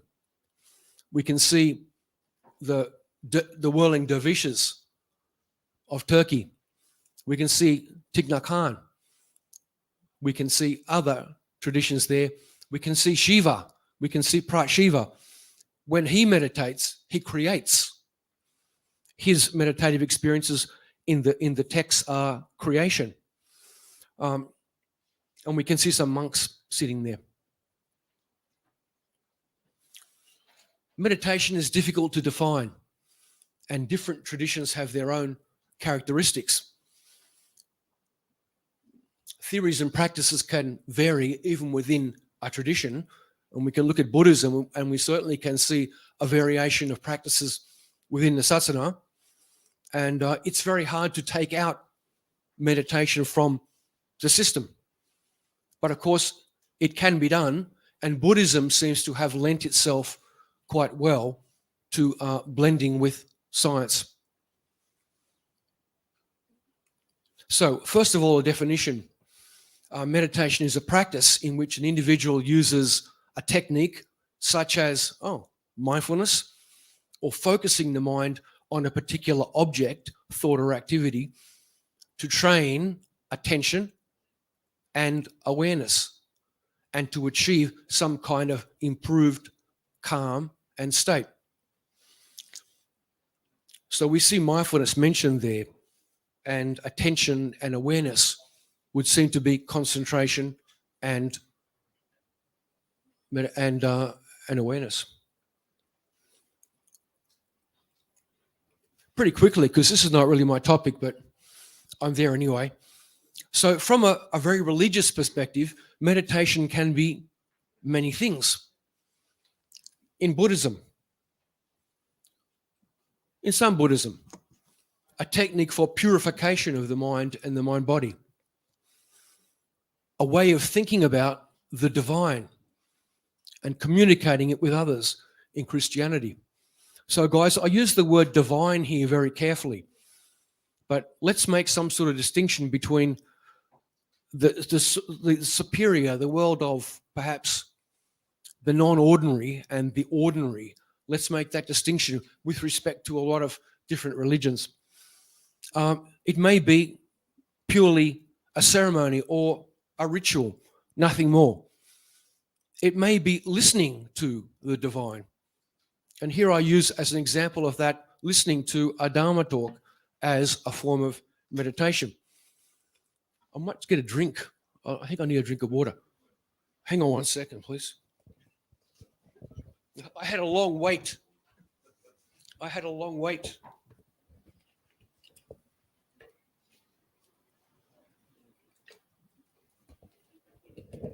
You can put it on here, okay? Yeah. It could be a form of worship, as in bhakti in Hinduism, where we are reconnecting with the divine, where we connect according to Hindus, we connect our Atman up with the Para Atman. It's there already, but we just don't know it. It could be connecting or separating mind and body. Sometimes we connect in yoga. They seem to emphasize connection. But in meditation, we might be looking for a separation of mind and body. That can be important there. And of course, it can be creation too. As I said, when we meditate, we create. And that's in some of the religious texts, Hindu texts. Just pretty quickly, more generally, meditation can be all of these things. Can be a practice or habit, a skill, an academic way of studying the universe, as we see with first-person science, which I think hasn't gone a long way so far, but hopefully it's going to develop more. A social activity, a drug or a drug therapy. Oh dear, meditation is a drug. Yeah, well, it's used as a drug replacement in things like MBCT, right? It's clearly a replacement for drugs there. And it's very interesting too, guys, that we think about one of my favorite figures in the Hindu Buddhist world is Pra-In or Indra. Now, if we look in the Vedic texts, in the ancient texts, Indra was the biggest drinker of soma that you could imagine, okay? The drug called soma. We don't really know what it is, but in the Vedas, Indra was drinking and drinking and drinking, and then he was fighting and he was beating demons and he was beating soldiers and he was doing everything. So soma was the drug, and there's so much about the drug soma. And then comes along the Buddha and Indra as well, because Indra is a companion of the Buddha. But the Buddha's new drug, the Buddha's new ambrosia is not soma, of course. It's perhaps samadhi. So he's replaced that great drug of the Vedic gods with concentration, meditation, and awareness. Possibly his whole satsana. It's a bit hard to say that. Okay, state of mind, a physical activity, a way of living, becoming a bodhisattva, becoming a bhikkhuni, becoming a volunteer. These are all activities that we can regard as meditation. Depends on how we do them. It can be a form of relaxation, which is interesting because if you look at a lot of practices like in hospitals in Australia now, people who have stress problems, panic disorder, they get them onto just doing mindfulness of the body and get them relaxing with the relaxation response. It's very, very non-religious in practice, and it delivers some very good results too from people who have stress-related diseases. It fixes them up very quickly. For some, it's very useful. And of course, guys, meditation as a creation and a performance of art, building, etc. Right, I better move on. Theravada Buddhism, the Noble Eightfold Path, the three divisions. Meditation is there right smack bang in the middle of the whole thing. Two types of meditation. I'll move quickly. Concentration and wisdom or insight. Perhaps different targets, but they work together. They always work together. You have the concentration on stillness. I like to think it like that. And then we have awareness. I like to play pool. I like to play 8-ball. So when I'm playing 8-ball, I notice how I mix. I have to concentrate on the hitting of the ball, on my posture, but I must throw my jit, my awareness out all the time to see what my sneaky opponents are doing too, right? That's very important. So, and whatever we do is a combination of these things anyway. Okay, we've dealt a lot with mindfulness-based programs, so I'll move on. But, you know, I just want to make one comment that these sort of comments like MBSR and MBCT do work pretty well in a lot of cases. A lot of the research in the past was not done very well. It was done in uncontrolled fashion, and the outcomes were pretty doubtful, and a lot of that research has been trashed. However, the new generation of research, examples of which we just saw, are very sound, and they do clearly show some good results, particularly for MBCT.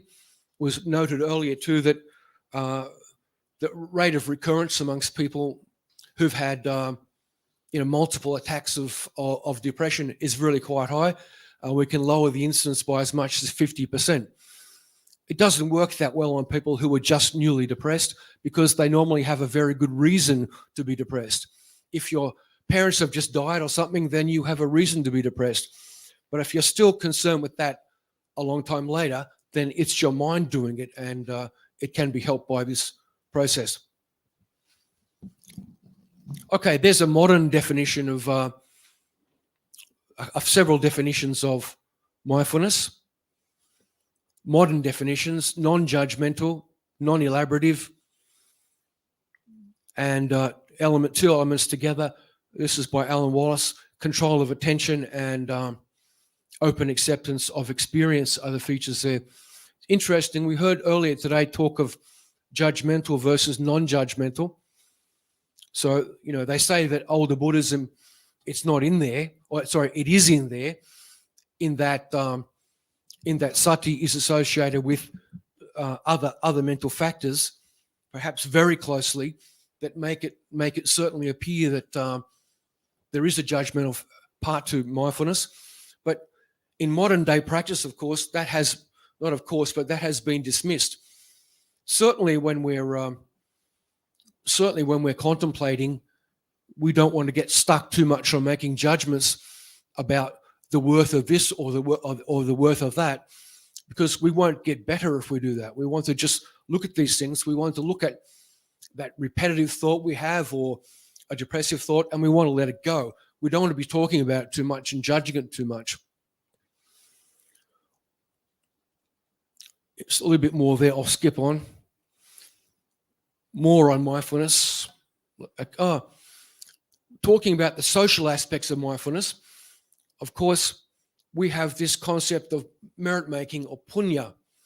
And, there are 10 ways in Theravada of making merit.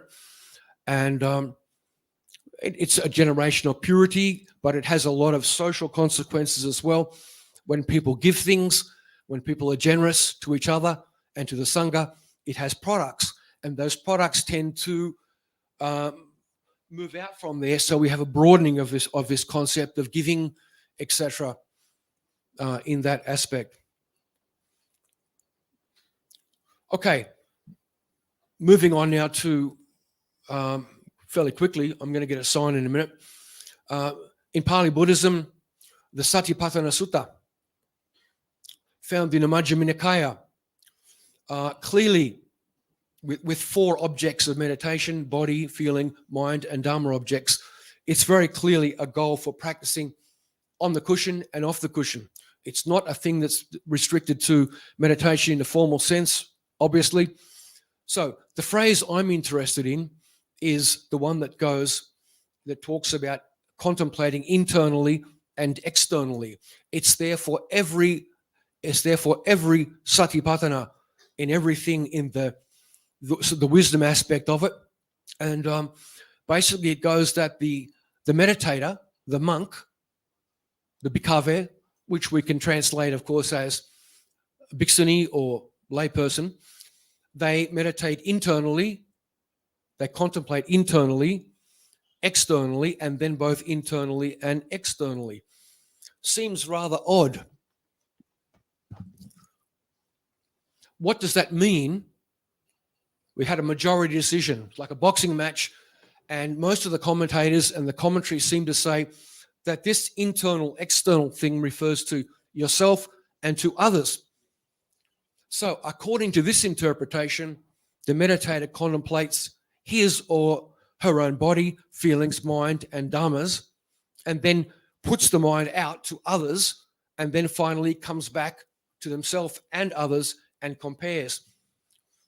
Not an easy task, I think, for beginners, but nevertheless, in this sutta, which the Buddha says is the most direct, powerful way to enlightenment, certainly within Theravada, he advises at every point to look outside as well as inside. So here's the questions. Why would the Buddha have said this? It's difficult for people to focus for themselves. How is it even possible that we can contemplate other people's body, feelings, etc.? Some we can do, some seem like it would be guesswork. And is it unethical? I mean, does this kind of thing give you power over other people as well? Is it unethical? That is the question that does get raised. Within this context, of course, it's not, but. So, a few expert opinions quickly.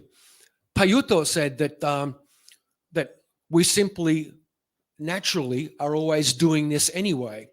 We are naturally contemplating other people's satipana. In any case, that's part of life. And that it's a good and natural thing to do. So we are aware of what other people are up to. Gethin from the Pali Text Society, he tells us that this practice is there to blur the distinction between ourselves and others. We can see a world of dharmas rather than seeing distinct selves.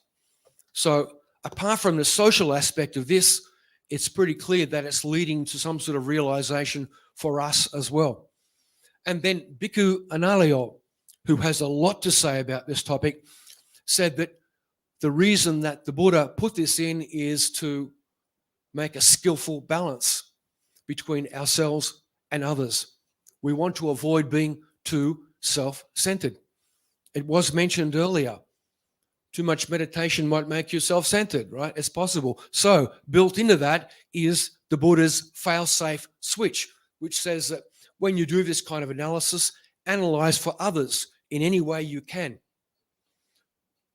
So we go from some kind of awareness, from personal subjective view of the world to general objective awareness. Starting to sound to me like a bit like science. Analayo also observes that we should look at this fourfold repetition in the Satipatthana Sutta, which is that for every stage, the person contemplates internally, externally, and both. But it doesn't stop there. You contemplate rising and falling of phenomena.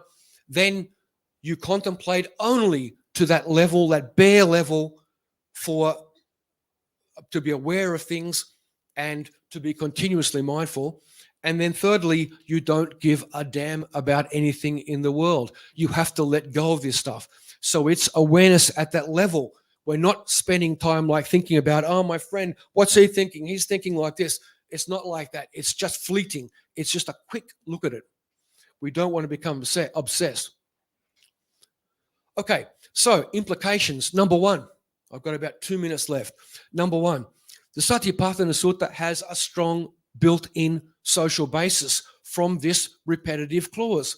There's no escaping from it. The inside instruction to be mindfully aware of ourselves and others by observing them, contemplating their Satipatthana, talking with them, listening to them, reading their writing, makes us all understand others better, and we can promote social peace and problem solving through this. Second, and almost finished, the internal stock clause functions along with the other elements of the refrain to assist people to contemplate their mind, body, and world around them in a more objective fashion, because their observing of the body, feelings, mind, and mind objects of others gives them a broad variety of images to contemplate. And it seems that this leads to some sort of conceptual softening. We're not hanging on to our pre-ideas. We're not hanging on to our own immediate meditative experiences, because we can see many others at the same time. And then thirdly, and lastly, to me, the Satipatthana Sutta smells like science. I've always thought it was a structured developmental meditation instruction, going from what is possibly the most simple and grounded body through to the contemplation of dhammas in their full broad range. And its practice, in my view, creates a great deal of objectivity, a platform for free and creative mindful thinking and actions. And the boundaries between the self and others disappear with this kind of mindful contemplation, just as in good science, we should be looking at the role between the observer and the object at every stage. And with this kind of practice, we can see this interaction between observer and object of observation, how closely they are linked, and how important understanding the role of the observer is, which is something that science is now really getting onto. We know we can't just sit back and look in the world. We have to think of who's looking in the world and how we are looking in the world. So thank you for observing. And let me finish by saying inside and outside gives us a healthy balance for meditation, enables us to advance towards our goals, and it definitely creates a very relevant social platform for meditation and religious activity. Thank you. Thank you very much, Dr. Mark Houlihan, to present on internal and external contemplation of the 4 domains of mindfulness in the Satipatthana Sutta, implications for improved mindfulness and Dhamma understanding. So I'll open up for Q&A sessions for his presentation. If anyone has anything related to his presentation or anything. Yes, we have one question. Can we get the microphone to our audience?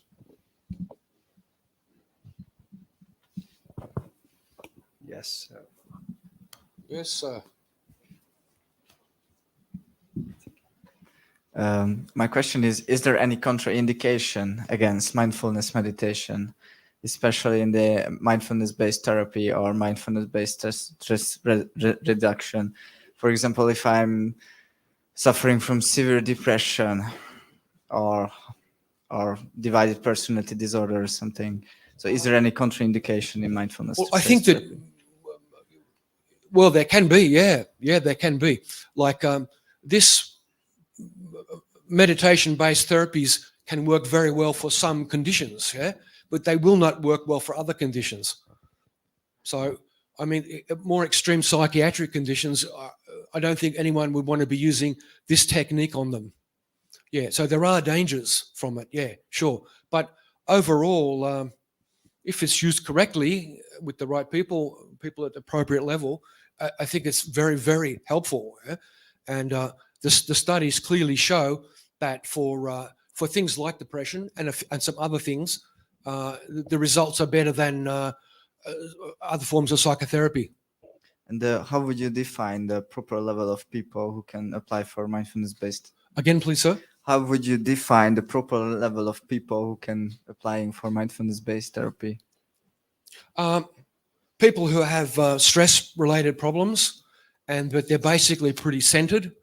Okay, a lot of repetitive thinking. People are okay, and minor sort of delusional diseases are okay. Apart from that, everybody can benefit. Everyone can benefit from this. I mean, we're not MBCT, etc. Can be applied for people who lack confidence. A whole range of things. We've seen other kinds of versions of it coming through lately. So yeah, but not to be used for people who have too serious problems. I think not initially anyway. Yeah. Thank you. Thank you. Any more questions? Okay. Thanks very much, everybody. Okay, thank you very much, Dr. Mark. So let's move on to our next speaker.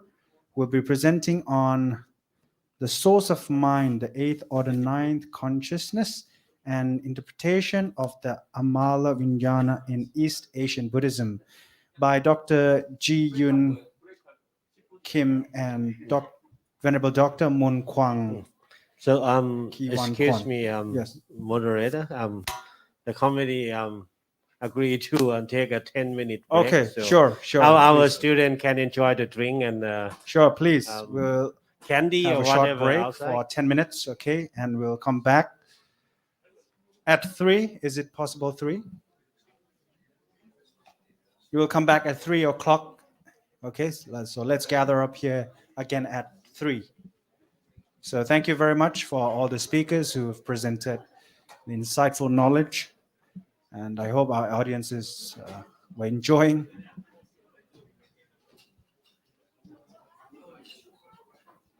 Okay, so the breaks has been provided outside the iMind conference room. Please, you can have it. You have tea spots, water, and some breaks, some snacks. And for the speakers, you can move on to the Wisdom Cafe. It might be a bit difficult.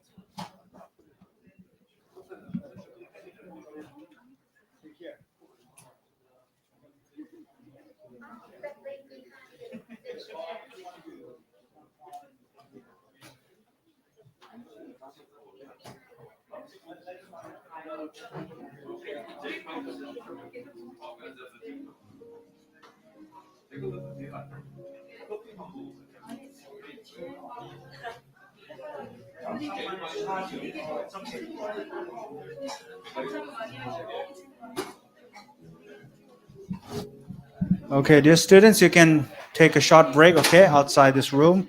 And let's return back to our seats at 3 o'clock. Okay, we still have 5 more minutes left. And after the break, we'll have Dr. Ji Yun Kim and Venerable Dr. Mun Kwang to present. And we will still have 4 more presenters, speakers in this afternoon session. Thank you.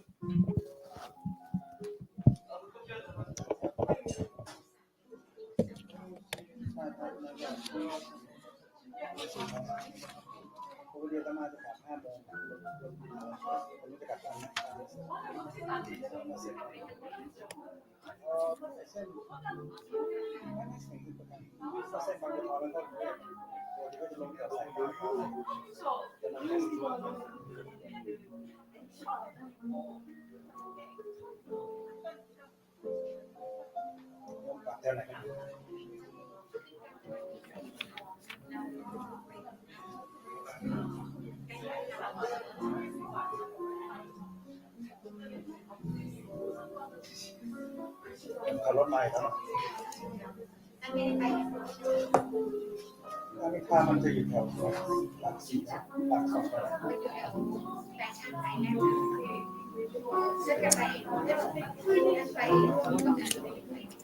นก็สนุกกันแต่ว่าคือวัดอาตมาก็ใกล้ๆทางมหาพระราม2นี่แหละภาษีเจริญภาษีเจริญใช่ภาษีเจริญถ้าลงแถวใกล้ๆนั้นได้เดี๋ยวดูก่อนท่านจะกลับลงแถวแล้วท่านก็เดินลงหาแท็กซี่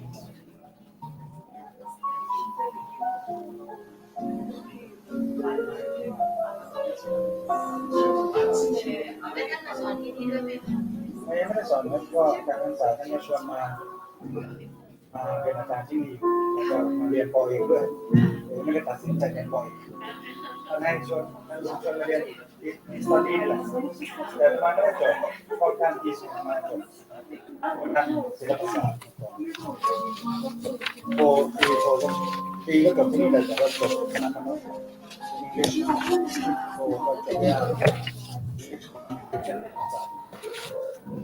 จบยังไม่ได้ตัดสินใจจะต่อ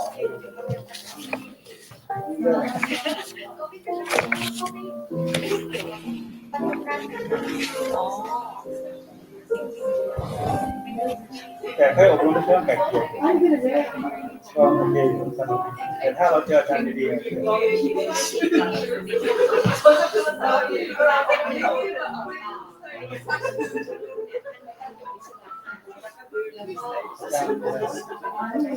ะไรกันจะรู้จักท่านอยู่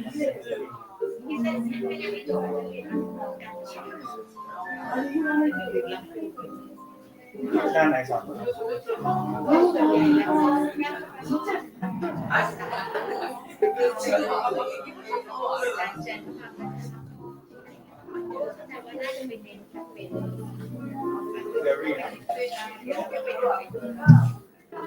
งานใช่ไหม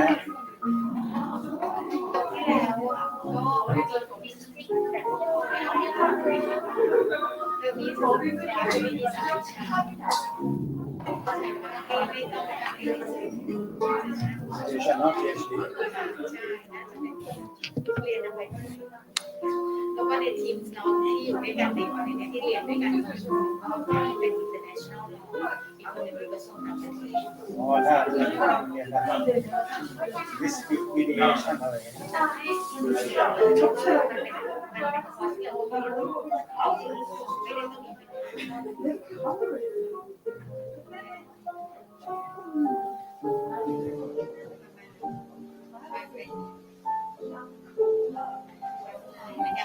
เหมือนอย่างที่เรียนวิศวะมาเรียนวิศวะมาจากโรงเรียนแบบก็มา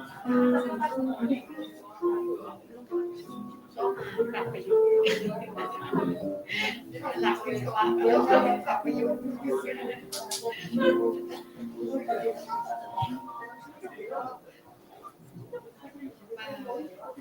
การเรียนศึกษาธรรมะอะไรอย่างเงี้ย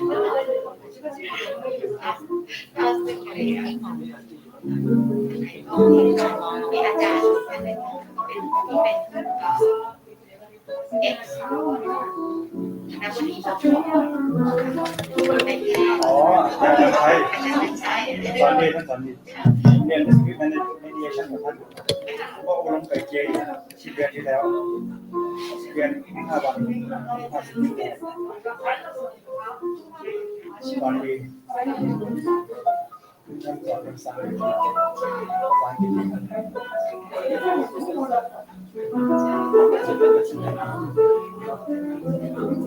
ไม่อีกนิดเดียว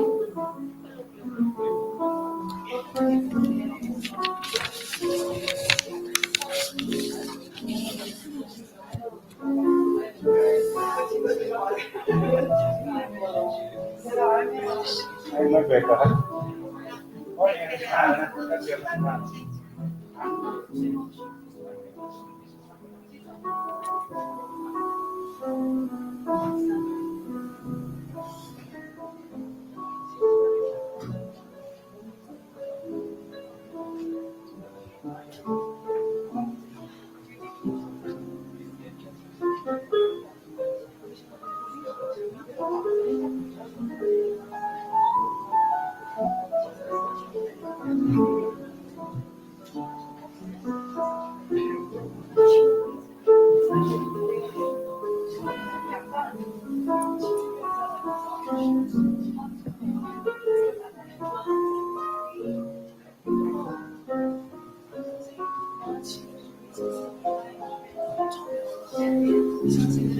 เ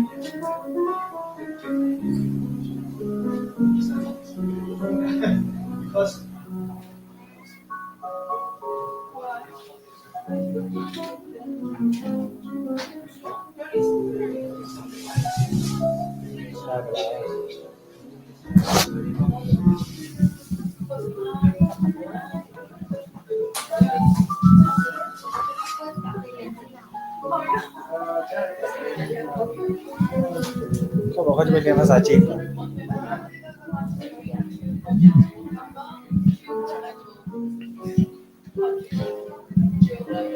Okay, so welcome back for again after the short break. So we'll continue with our next speaker. So kindly request our audiences to please return back to our seats. So we may continue with the rest of our presenters left for this session.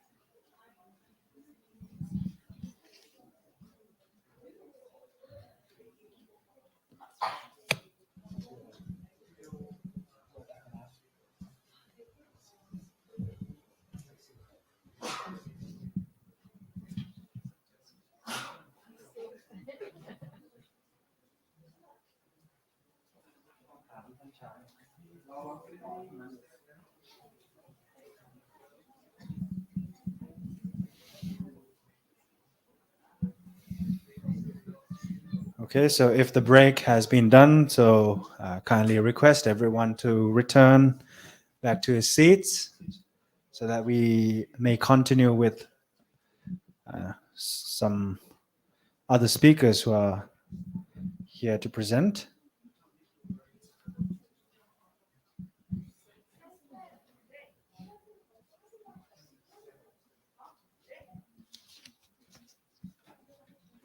Okay, please.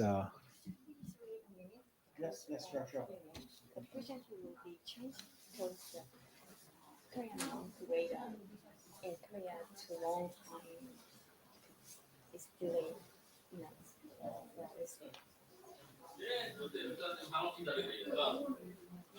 The Venerable Misan. Oh, Venerable Misan. Okay, he will be the one. 미산 스님을 미산 스님을 제일 앞으로 하고 하나씩 스님을 바꾸는 게 아니라 김 전생하고 바꾸면 되겠네. 그냥 바꿀까요? 아니면 그냥 순서대로 미산 스님 제일 마지막이니까 그게 잘 And then you want? Sure.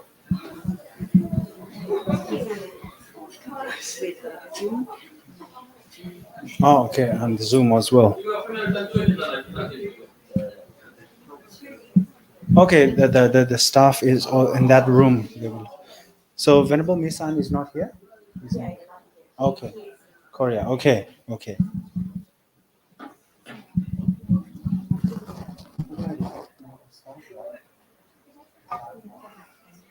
What time?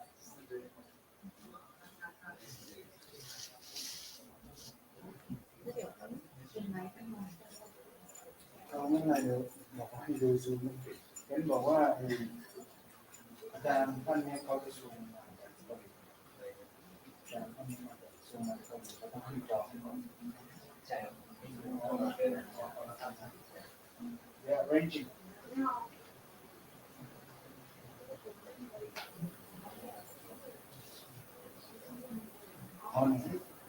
Hello, I'm here.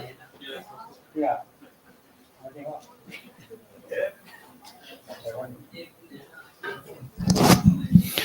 Okay, so before we begin, we invite our speaker, who will be Venerable Misan Wandu Kim, to present on non-dual mindfulness and heart smile training. So I kindly request everyone to please return back to our seats. So I hope the Venerable Sir is waiting in the Zoom due to he's not available here today to present in person. So he'll be presenting via Zoom from Korea, South Korea. So yes,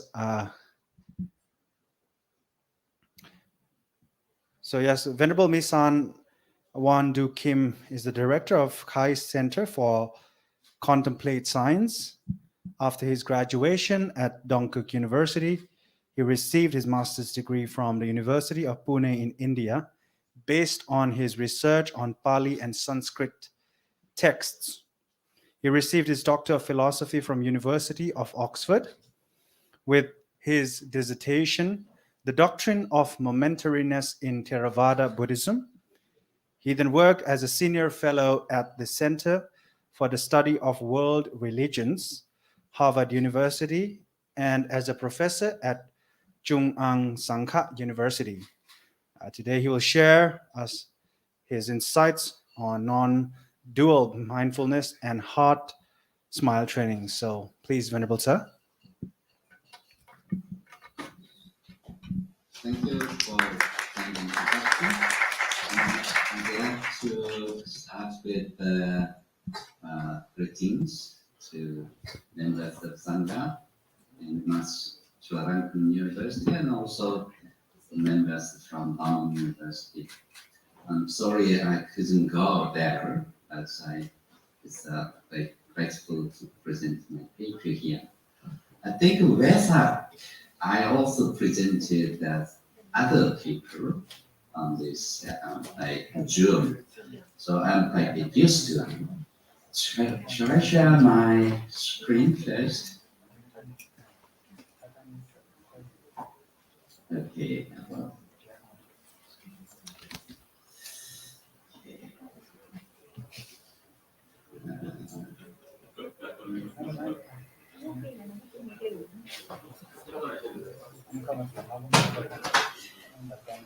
Okay. So, can you see me? Yes.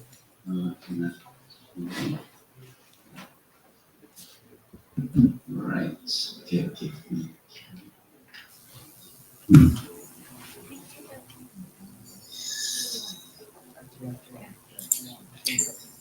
Okay, shall I go through? So my topic is the non-dual mindfulness and heart smile training. There is a new publication called The Ultimate Trait. There, the deep path and wide path, the classification of the mindfulness. I will just show the book called Ultimate Trait by Daniel Goleman and Richard Davidson. That's published in 2017, but in Korean this year, we translated into Korean. So I will just show you about 2 minutes, the introduction of this book by one of the author, Richard Davidson from Wisconsin University. The pragmatic applications of meditation, like the mindfulness that helped Steve recover from trauma, appeal widely but do not go so deep. Because this wide approach has easy access, multitudes have found a way to include at least a bit of meditation into their day. There are then two paths, the deep and the wide. Those two paths are often confused with each other, though they differ greatly. We see the deep path embodied at two levels. In a pure form, for example, in the ancient lineages of Theravada Buddhism as practiced in Southeast Asia, or among Tibetan yogis, for whom we'll see some remarkable data in Chapter 11, A Yogi's Brain. We'll call this most intensive type of practice Level 1. At Level 2, these traditions have been removed from being part of a total lifestyle, monk or yogi, for example, and adapted into forms more palatable for the West. At Level 2, meditation comes in forms that leave behind parts of the original Asian source that might not make the cross-cultural journey so easily. Then there are the wide approaches. At Level 3, a further remove takes these same meditation practices out of their spiritual context and distributes them ever more widely, as is the case with mindfulness-based stress reduction, better known as MBSR, founded by our good friend John Kabat-Zinn and taught now in thousands of clinics and medical centers and far beyond. Or Transcendental Meditation, TM, which offers classic Sanskrit mantras to the modern world in a user-friendly format. The even more widely accessible forms of meditation at Level 4 are, of necessity, the most watered down, all the better to render them handy for the largest number of people. The current vogues of mindfulness at your desk or via minutes-long meditation apps exemplify this level. We foresee also a Level 5, one that exists now only in bits and pieces, but which may well increase in number and reach with time. At Level 5, the lessons scientists have learned in studying all the other levels will lead to innovations and adaptations that can be of widest benefit.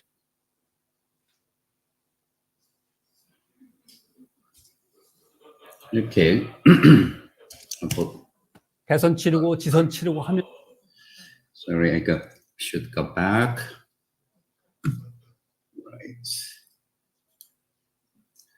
Right. We just move. As you heard from the video, one of the author, Richard Davidson, summarized this whole book in 5 levels: the deep path and the wide path in the world of contemplative science.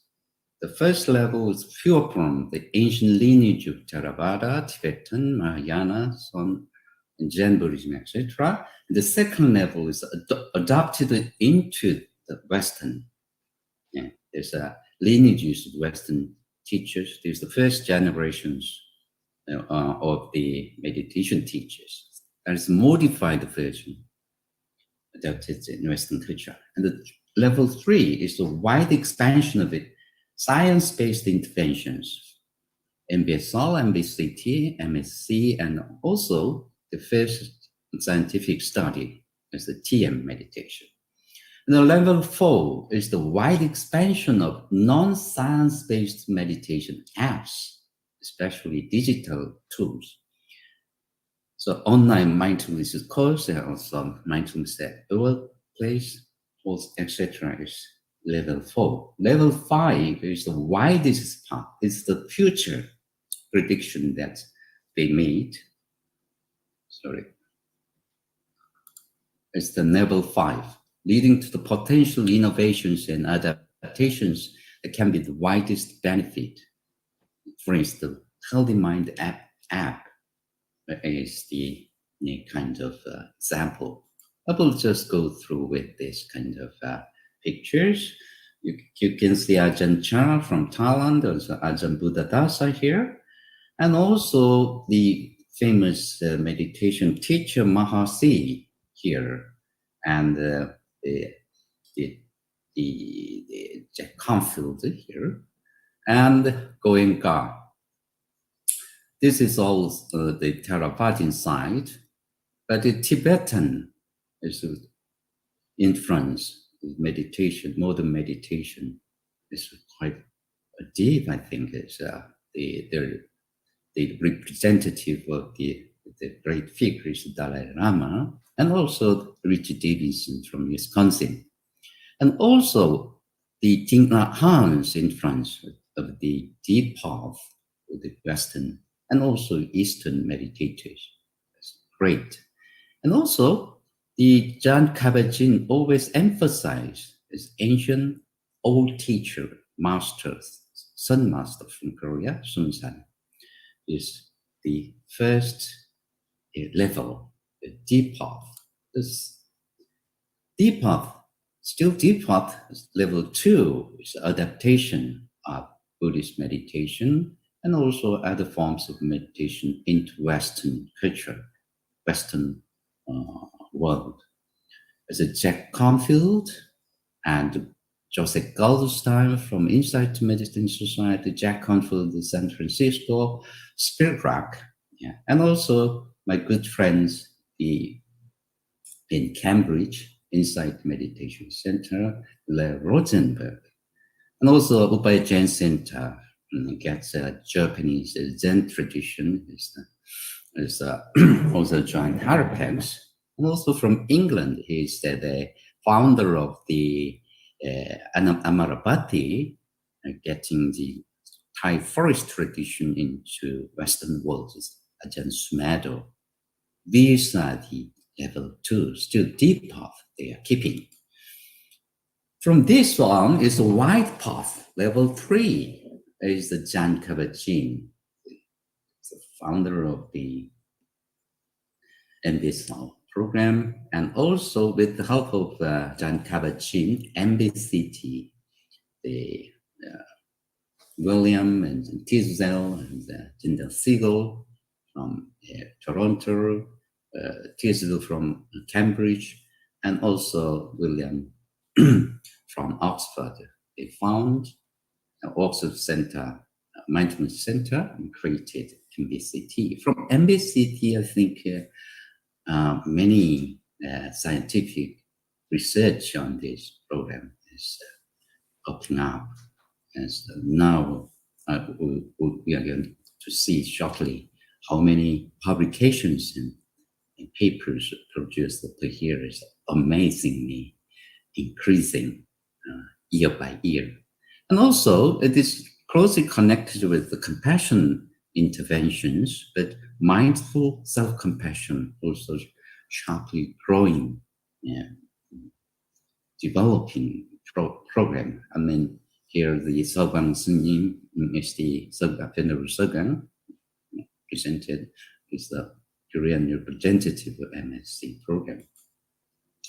And the level 4 is the app sort of meditation tools.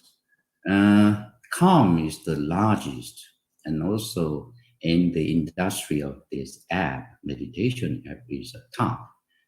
And closely now following up is the Headspace, even the famous Microsoft founder is using this app. And the Healthy Mind program is developed by the Wisconsin University based on science research.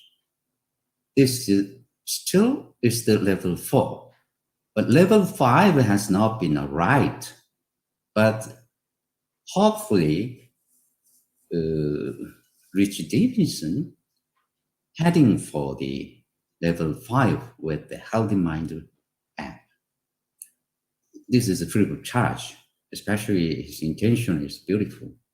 Those who cannot afford for this app, like to help them to have this meditation, because there are many people, even they cannot approach on this meditation site or meditation program because it's quite expensive. So with the good intention is heading for the level 5. Level 5 will be science-based app and also personalized based on the AI algorithm, and also diagnosis to start meditation app and a program. So this is the future of the meditation contemplative science. And on the top of this, if you see this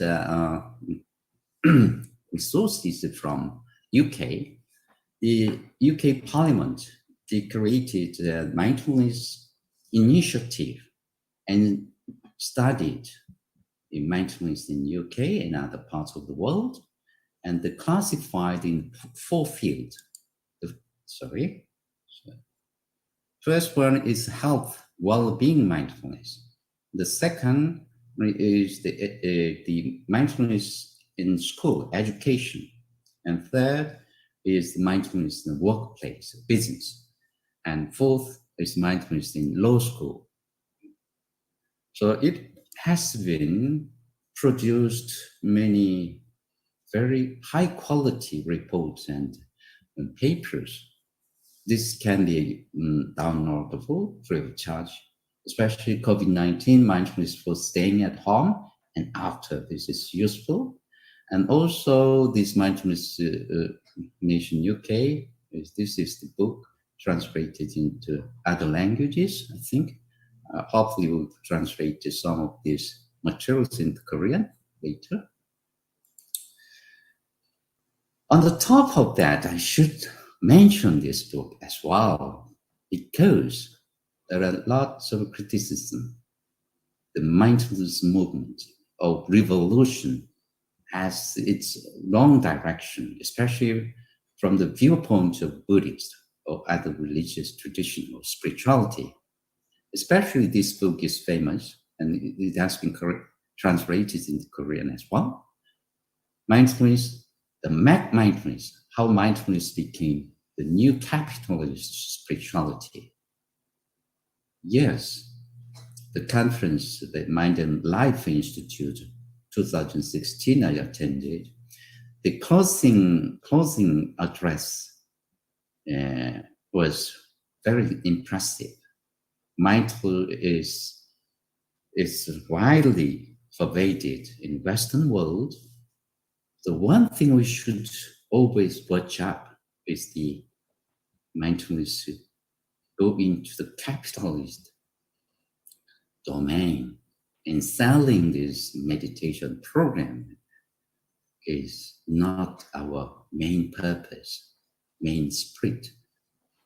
The second thing, mindfulness interventions and compassionate interventions goes to the science lab, neuroscience, brain science. So it becomes sometimes it's follow the reductionist of science, the attitude. So the first generation of the meditation teachers, they always aware this kind of default dangers. Nevertheless, there are lots of publications on mindfulness. Last year, this paper has been published. So about 55 years time, as you see, the publication is a lot. And also 2022, another paper, July, published. And here also scientifically review these all kinds of papers. You see this graph, 2020, already sharply increasing the articles and review articles, and also publications. Not only the Western countries, like England, Germany, France, and North America and America, but China here, yellowish. But after years of China changing to this color, that if you see the below, and the yellow color is the 2.0 to 3.0, but this color is a 5-point tempo, sharply increasing in China. But Korea is still now 0 to 1.0. I don't know the Thailand where it is. You can find out. So I like to say something about the classification of mindfulness in Buddhist hermeneutic approach. The classical mindfulness and non-dual mindfulness. For the first time, John Donne and the Handbook of Mindfulness and Self-Regulation in 2015 beautifully classified mindfulness, especially Buddhist styles of mindfulness, heuristic approach. So classical is the mainstream Theravada Buddhism in Thailand, Myanmar, and Sri Lanka, especially Vipassana. And also you have that Theravada meditation system, the shamatha, especially in Myanmar, power is emphasized. But in particular, Tibetan, especially Galog approach, and mind training in Tibet is a Rojong, the formal practice, all classified in the classical mindfulness. And non-dual mindfulness is a Zen tradition, the Sun tradition, or Zen or Chan in China. So it comes from Sanskrit dhyana. So all this is classified as non-dual mindfulness. In Tibet, Mahamudra, like a Sun tradition, and Dzogchen is something like a Sun tradition in Tibet. But interestingly, Thai forest tradition, especially from Ajahn Chah, when I read the Ajahn Chah's book, I find that it's a kind of the Dhamma discourse from Sun Master. But Ajahn Dan also felt the same thing. So he classified non-dual with classical features. Okay, so then Sun meditation is heavily rely on the non-dual approach, non-dual middle path approach.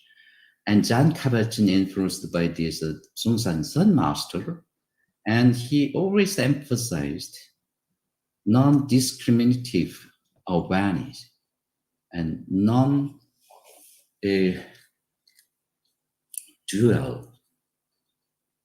non-judgmental awareness is essential in MBSL program. I met him in Taiwan, Taipei, 2014. We had a one-day, very long, intensive conference, and I presented a non-dual middle path in mindfulness interventions, and I quote from this Sungsan Master's discourses, and I asked directly to the Jan Kabat-Zinn, what is the most important element in MBSL program?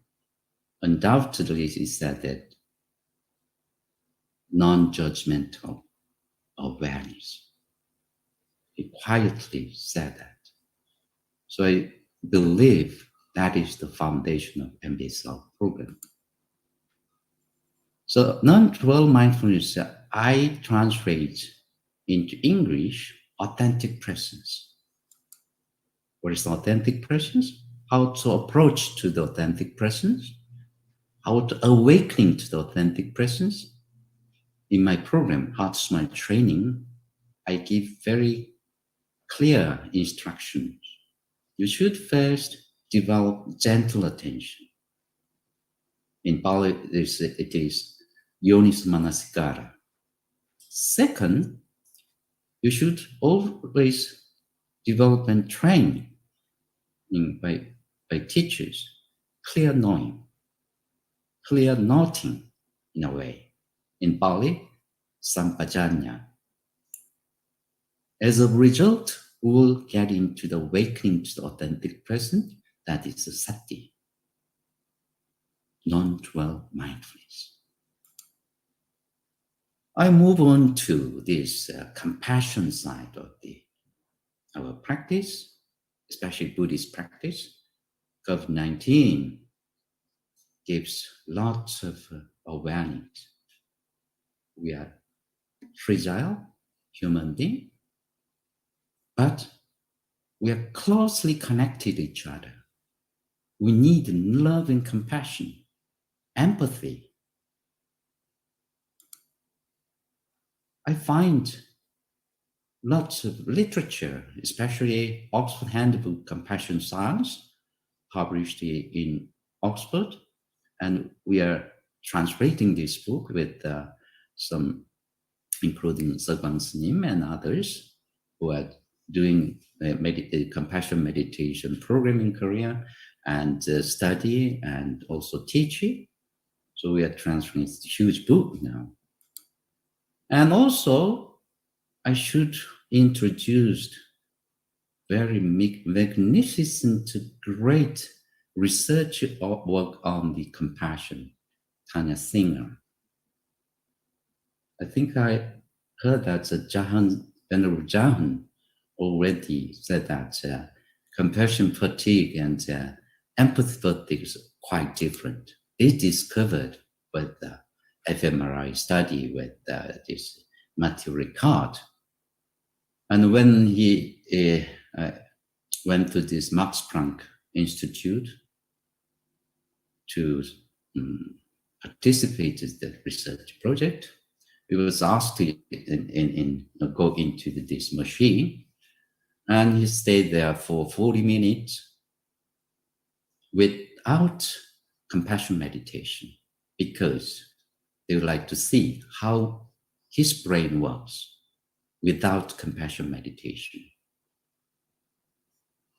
The video clip was very severe and of sadness and some fear. That's sort of characterized video he watched for 40 minutes. After 40 minutes, he came out and he said that, it's dizzying.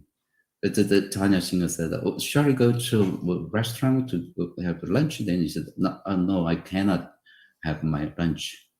Then at the point, Tanya Singer asked him, you go again in the fMRI and do your own meditation, compassion meditation. Then he accepted and did it. As soon as he meditates, his brain, the socket has been dramatically changed. When he was without meditation, this amygdala was activated, and also prefrontal cortex is not activated. When he meditated with the same video clip or watching, but dramatically the amygdala part is reduced its activation. But in prefrontal cortex is, and especially medial prefrontal cortex is activated. So they had a conclusion that there is fatigue, empathy fatigue, but no compassion fatigue. They studied in three aspects: attention and metacognition, and also compassion, loving kindness meditation, had a great result. Still, they are publishing many science-based, high-quality papers here. You can download about this site. This is kind of history, and also the resource project results.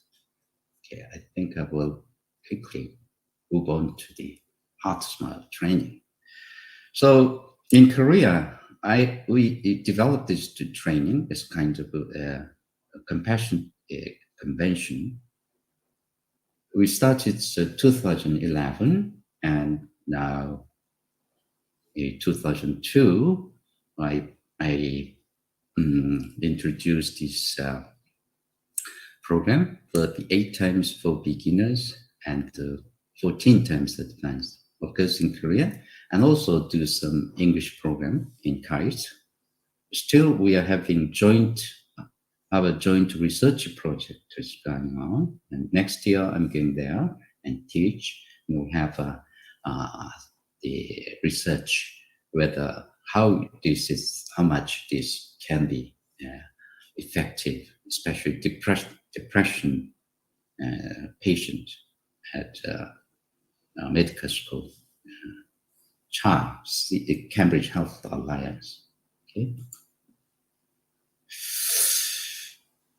Okay, I'll just quickly go over why Heart to Smile training in this age. We need harmonious coexistence of nature and humans. Now we know at post-corona, and we face lots of climate crisis as well. So many meditation teachers in the West, now they have created a program in the nature, in the forest. And we need empathy, sharing, and coexistence as a part of common humanity. And we need empathy, sharing, and spread the Heart to Smile globally beyond religion and races. Based on scientific evidence, we are studying and also spreading this new program. Yes, this is developed by integrating research evidences from modern psychiatry, psychology, neuroscience, based on compassion-based meditation practices that harmonize body-based bottom-up method with the mind-based top-down method. And also modern meditation technique reveals inner integrity of mind and body. We use many somatic methods deal with the body itself. And effectiveness has been verified through multidisciplinary scientific research by meditation instructors, clinical psychologists, and neuroscientists. It's a going on project. And there are many compassion-based scientific methods, the meditation programs. One of them is the Christine Neffer and Christoph Gummer developed MSc, Mindful Self-Compassion. And CCT developed at the Stanford University and Jimper. And CFT, Bill Gilbert Center for Compassion, developed compassion-focused therapy. And this is in the medical field now many studies and also used in the medical field. And the resource project I just mentioned before is a huge research project, not only compassion, but other meditation method. Heart to Smile will be, hopefully, in the future, one of these science-based compassion program developed by HST Research Institute and also Center for Contemplative Science at KAIST. So I'll just briefly go through the structure of this meditation program. We created contemplative science platform, not only compassion, but also the vipassana, the perspective taking sort of the vipassana sort of meditation, also shamatha meditation, and also positive psychology kind of meditation, and of course with loving kindness and compassion meditation. We integrate all these different kinds of meditation, have a map we call Happiness Mind Matrix Map. Here in HST program, the main meditation practices is the authentic presence of loving smile, compassion training. In order to help these core practices, we develop awakening, opening five senses, tea meditation, yoga, eye yoga, tongue yoga, etc. And movement, gratitude and love movement, how to smile movement, and also deep body scan, fascia body scan, internal organ body scan, and also gratitude self-meditation is sort of self-compassion program, and sound meditation. It's quite unique because most of the science-based meditation programs, they don't use sound meditation much. But we created, based on Hangul, Huminjeongeum, vowels we use, and created this meditation. And also, happiness mind matrix contemplation. There is platform, but we make this into a guided meditation. And also different kinds of meditation, breathing with the loving smile, heart to smile movement, lying down. Mostly we are standing, but lying down after waking up from your bed, you can do it. Gratitude, love, working meditation, and paper, rock, scissors meditation. Very interesting items you can find out in the our website. But unfortunately, you should go through some of these practices so you can get access to these programs. Heart, smile. There are three kinds of hearts. Actually, this gesture we use: big heart, middle heart, and small heart, created by Korean pop stars, K-pop stars. Baby heart we use. And smile, just lifting up to the corners of the mouth and lowering the corners of your eyes with your heart. It becomes genuine, juicing smile. Non-juicing smile is the Pan-American studios smile, Pan-Am smile. It's a false smile. So we should use this juicing smile. How we teach exactly what juicing smile. And draw that smile, feeling of smile to the center of the heart. This is some chamber we create and focus at that chamber. And also we train attention throughout the program. Okay, but we classify attention, gentle attention, and harsh attention. Gentle attention, as I said, is the kind of yoniso manasikara. Harsh attention, ayoniso manasikara. But in our meditation, most of the Buddhist meditation use this yoniso manasikara. In the sutta, Pali Sutta, it is said that yoniso manasikara is a kind of fuel to the sati, mindfulness. So heart to smile training and ACT matrix we combine. You may know this acceptance commitment therapy developed by Stephen Hayes. When mindfulness was developing at a similar period, Stephen Hayes developed this program and also put it into public, often face this space. Sorry to interrupt, Venerable. Could we please do it in 2 minutes? Okay, thank you. It's okay, I will just skip. And we use this ACT matrix, and they classified your thinking, purpose, the value, and the journaling after this practice.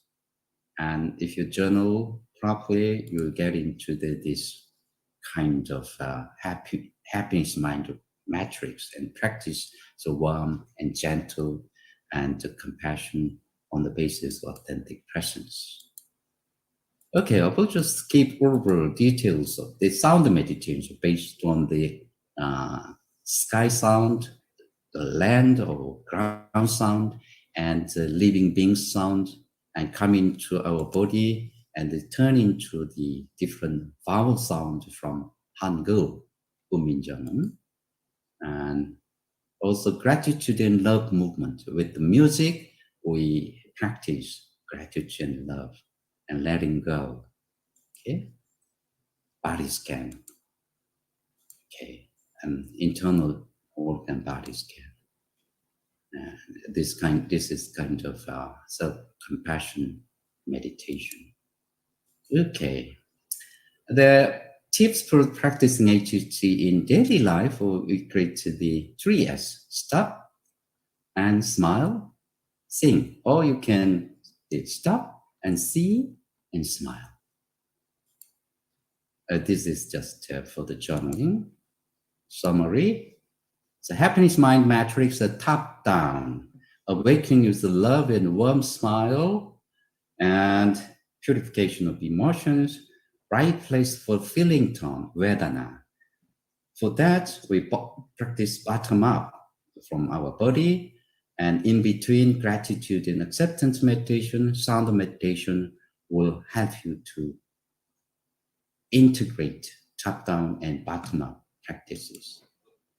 The future research, I will finish up with this. A key direction for the Heart Smart training is the availability of low to high intensity interventions for the customers.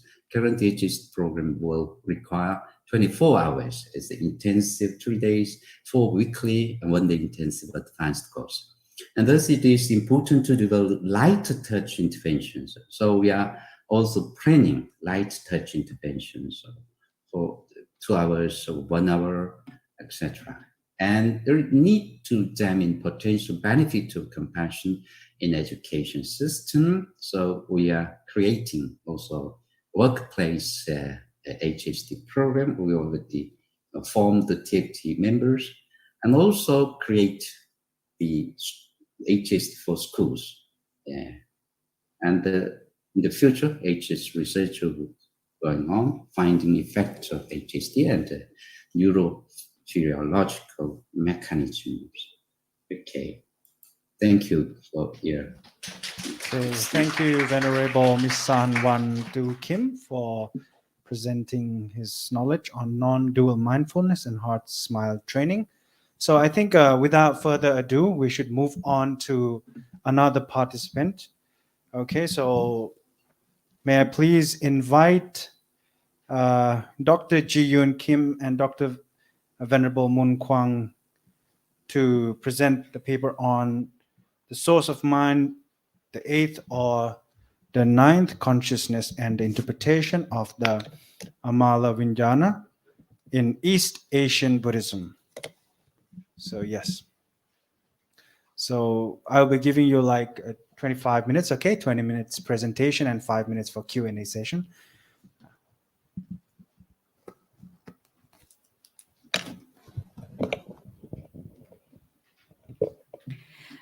Thank you for a kind introducing. And Venerable Mungang and I researched together, and I'm going to present. And thank you everyone for giving me a good chance to present at IBSC. I forgot my presentation.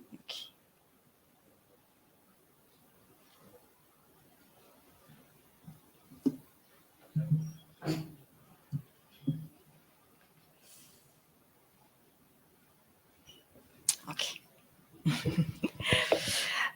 This presentation is about is the source of cognition the eighth or the ninth consciousness, an interpretation of the Amala Vijnana in East Asian Buddhism. When you heard this subject, you might think it's a little bit or totally far away from the mindfulness, but this topic is about what is the origin of the mind, and that might be one of the goals of the mindfulness practice. This is the contents. In chapter 2, I examined the 4 people's literatures, Wonchik and Taehyun and Wonyo and Dulyun. And chapter 3, I treated the Amo Luosher of the Shulun. Yes, and then conclusion.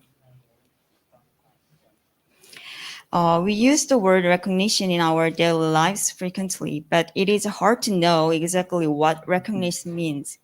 Accordingly, the Buddha's teaching has been in limelight because Buddha analyzed cognition in several stages, explaining both its surface and its depth.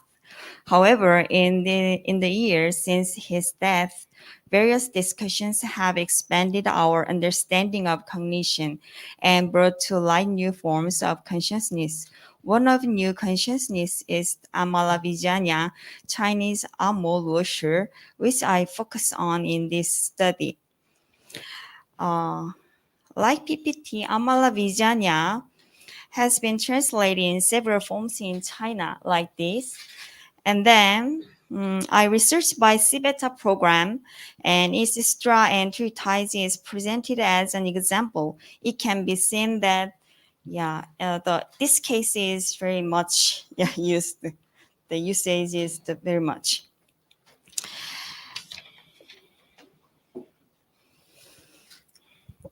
The debate regarding whether the foundation of consciousness is the ninth Amo Luo Shi began with Paramartha. He came originally from Ujjaya in West India and crossed into China in 546. He translated over 300 sutras and treatises during the 20 years he spent in China.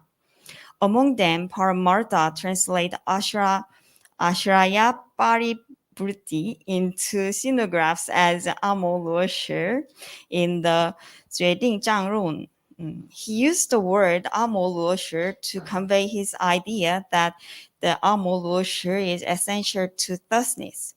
He also used Amo Luo Shi in the San Wu Xing Lun, the Zhuang Shi Lun, and the Shi Ba Gong Lun.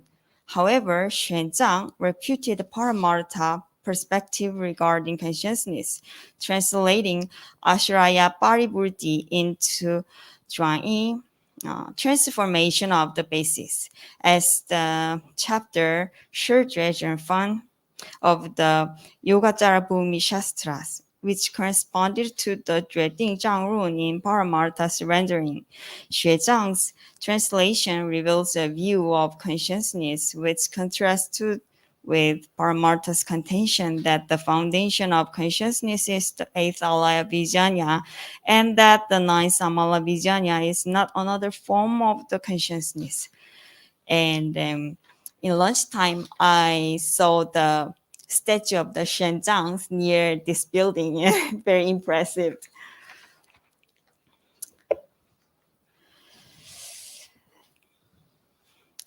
The difference between Paramartha and Xuanzang is important because it reflects various background conditions such as history and thought, as pointed out in significant previous study conducted by Itawa Taijo, Hakamaya Noriaki, Radich Michael, Ansongdo, and so on. Therefore, in this article, I focus on the effect of their view on the East Asian Buddhism rather than the difference between them.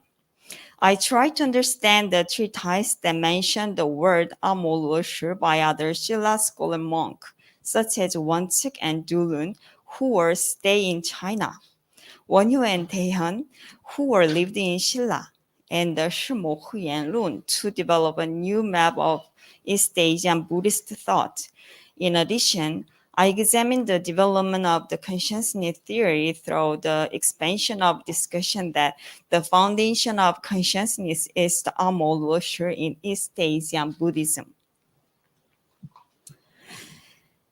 Wonchik, who was active in China, addressed Amo Luo Shi in the Haeshinmilgyongso and Inang Panyagyongso, interpreted the consciousness of sentient being. Once introduced two opinion of Paramartha and Kuei-ji, like this, Paramartha and the Kuei-ji.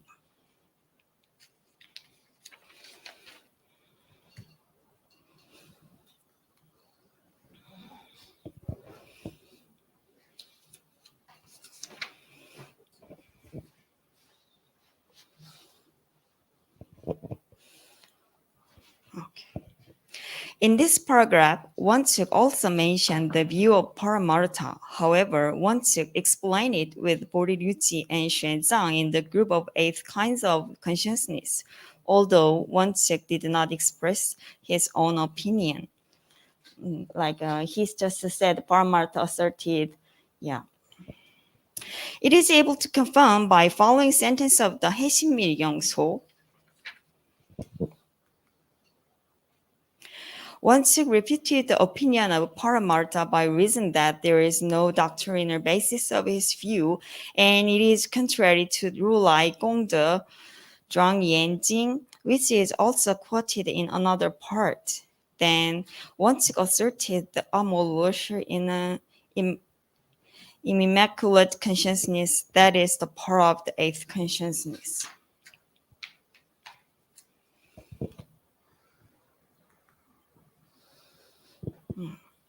Wonsick's view was stated in the 성유식론 학기 of Taehyun with the opinion of Kwezi. However, Taehyun did not clarify his position to the Amol worship. Wonhyo used the word Amol worship in 금강산매경론 and the 열반경 종료. Amol worship is the ninth consciousness. The meaning of the ninth consciousness, what Paramartha said, came from this sentence. And then 열반경 종료 said that the sixth opinion is the Amol worship as the permanent nature for gnosis. Jeshing is the essence of Buddha nature. The former 금강산매경론 explained the Paramartha's opinion, and the latter 열반경 종료 introduced the point of view of the six scholars. In these two cases, it is hard to figure out what is the opinion of Wonhyo because he just mentioned others.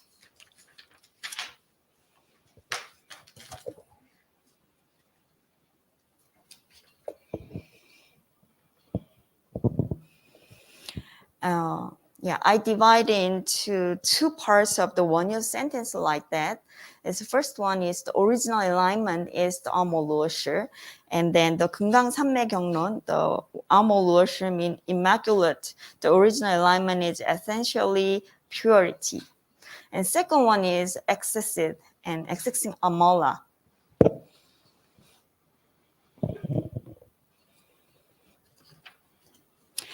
In these three passages of 금강산매경론, the interpretation of Wonhyo is divided into two. The first is the definition that the Amol worship is the original alignment and immaculate. The second is the explanation that attaining the original alignment means access to the fountainhead, which is originally tranquility and purity. Wonhyo only mentioned 8 kinds of consciousness and defines the Amol worship as the original alignment and expressed the word return. Based on it, it is hard to think that Wonhyo considered the Amol worship as the ninth consciousness.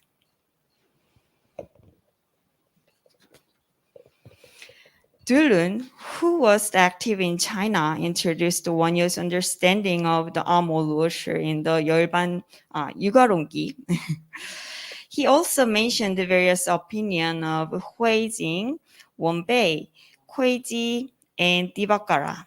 However, it is difficult to determine how Dulun understands the Amol worship because he did not express his view but explained with others. In summary, these three ties suggest that once again Wonhyo understood Amol worship to mean the original alignment and immaculate consciousness, and understand Amol worship as the nine alaya vijnana, not another ninth consciousness.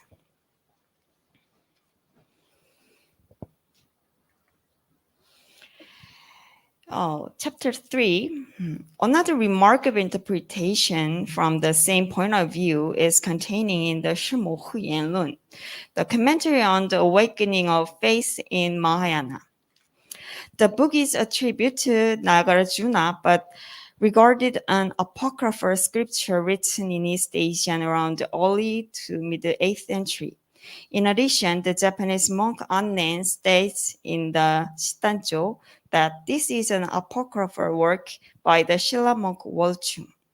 The Shulun described Amol worship as the ninth, the 10th of consciousness.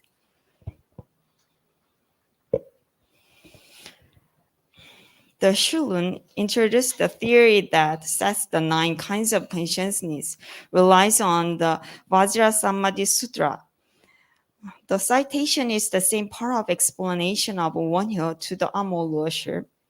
The word Amo-Luoshu is used only this part, and it shows that the Shulun is not included in this group, even though it is unable to figure out the opinion of the Shulun to the Amo-Luoshu because it contains no detailed description of this consciousness. It is possible to get the sense of the understanding of the Shulun. Yes, the Shulun said that what is the nine? The Amo-Luoshu as the first eight consciousness.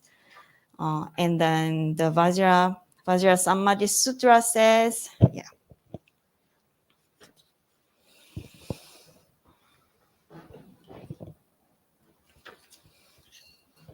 And then the Shulun said that there are 10 kinds of Vijnana explained in each sutra differently. It's very different from the other three types or sutras.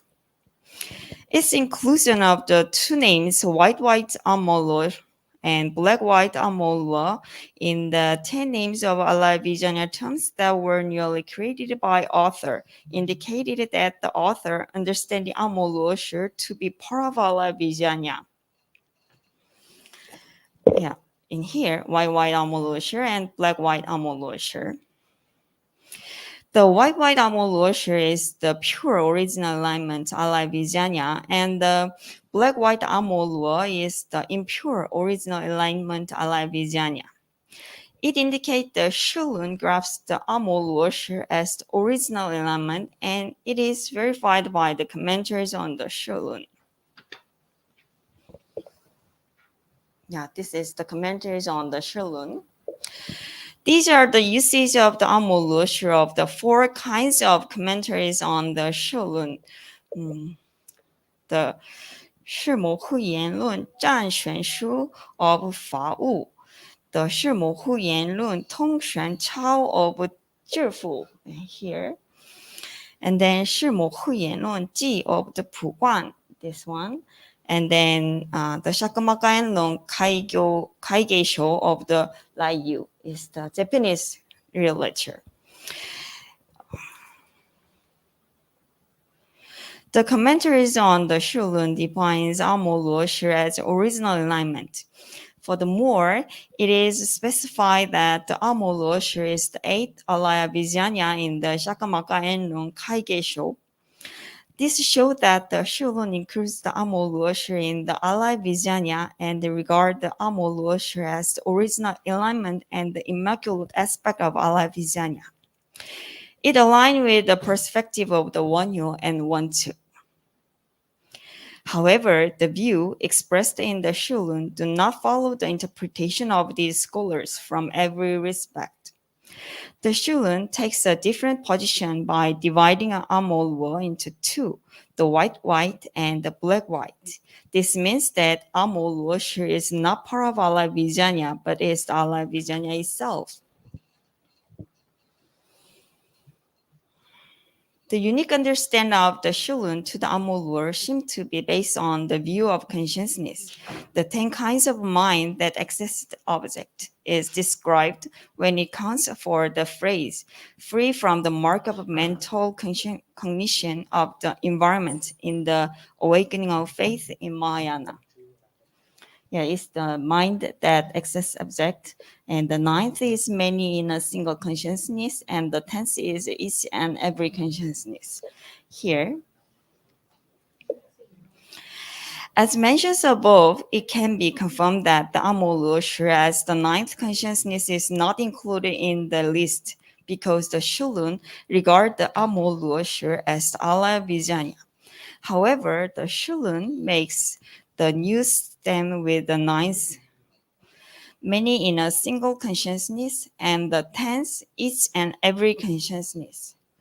These 2 consciousness appears in the Shulun for the first time, but it did not explain in details. From the sentence, the first 9 types of consciousness do not perceive reality, whereas the 10th types takes the reality as the object of perception. It is assumed that the nine consciousness is the range of the arising and ceasing, and the tenth is the range of thusness, that is immaculate consciousness, but not the original alignment.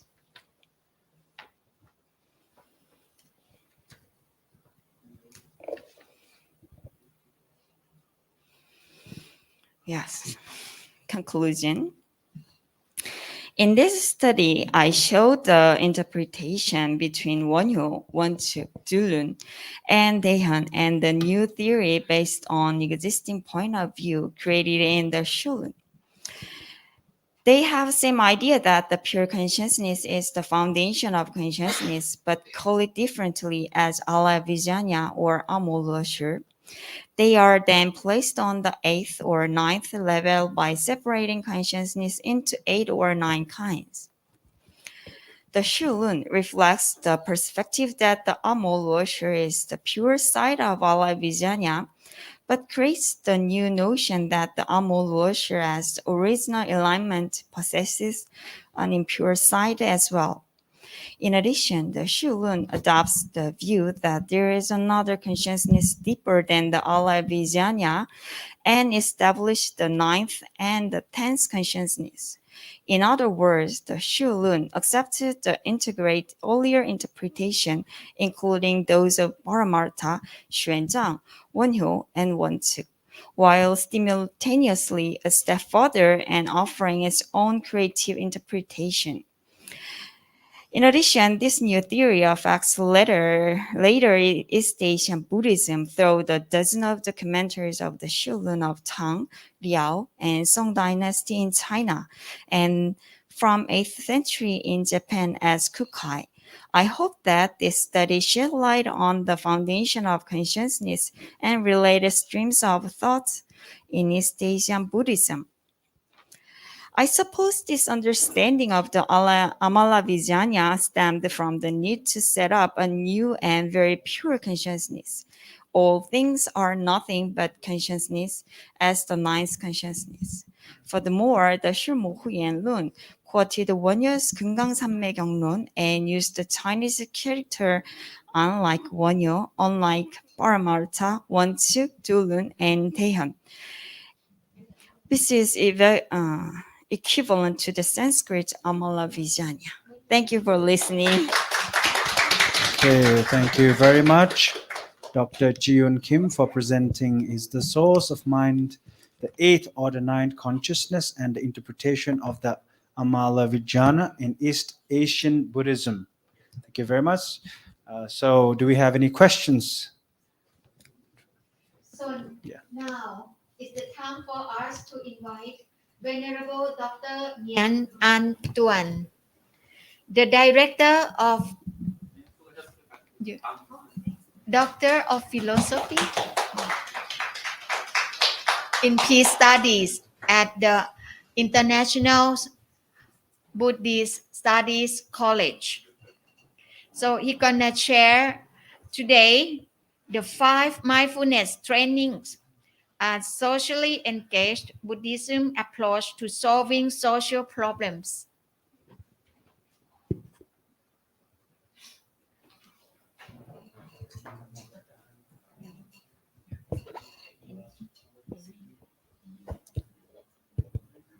Yes, respected to our director, Prakupala Panya Worldwide, most venerable Professor Doctor, the Professor Doctor Hong Sun-yu, Chung Dok as well from Dongguk University, lecturers, staff, and students of IBSC, MCU, and Dongguk University as well. So good afternoon again. So I'm waiting for my occasion from early morning until now. Even last night could not sleep because this one is a big event in my life. Today I'm on the stage to share you.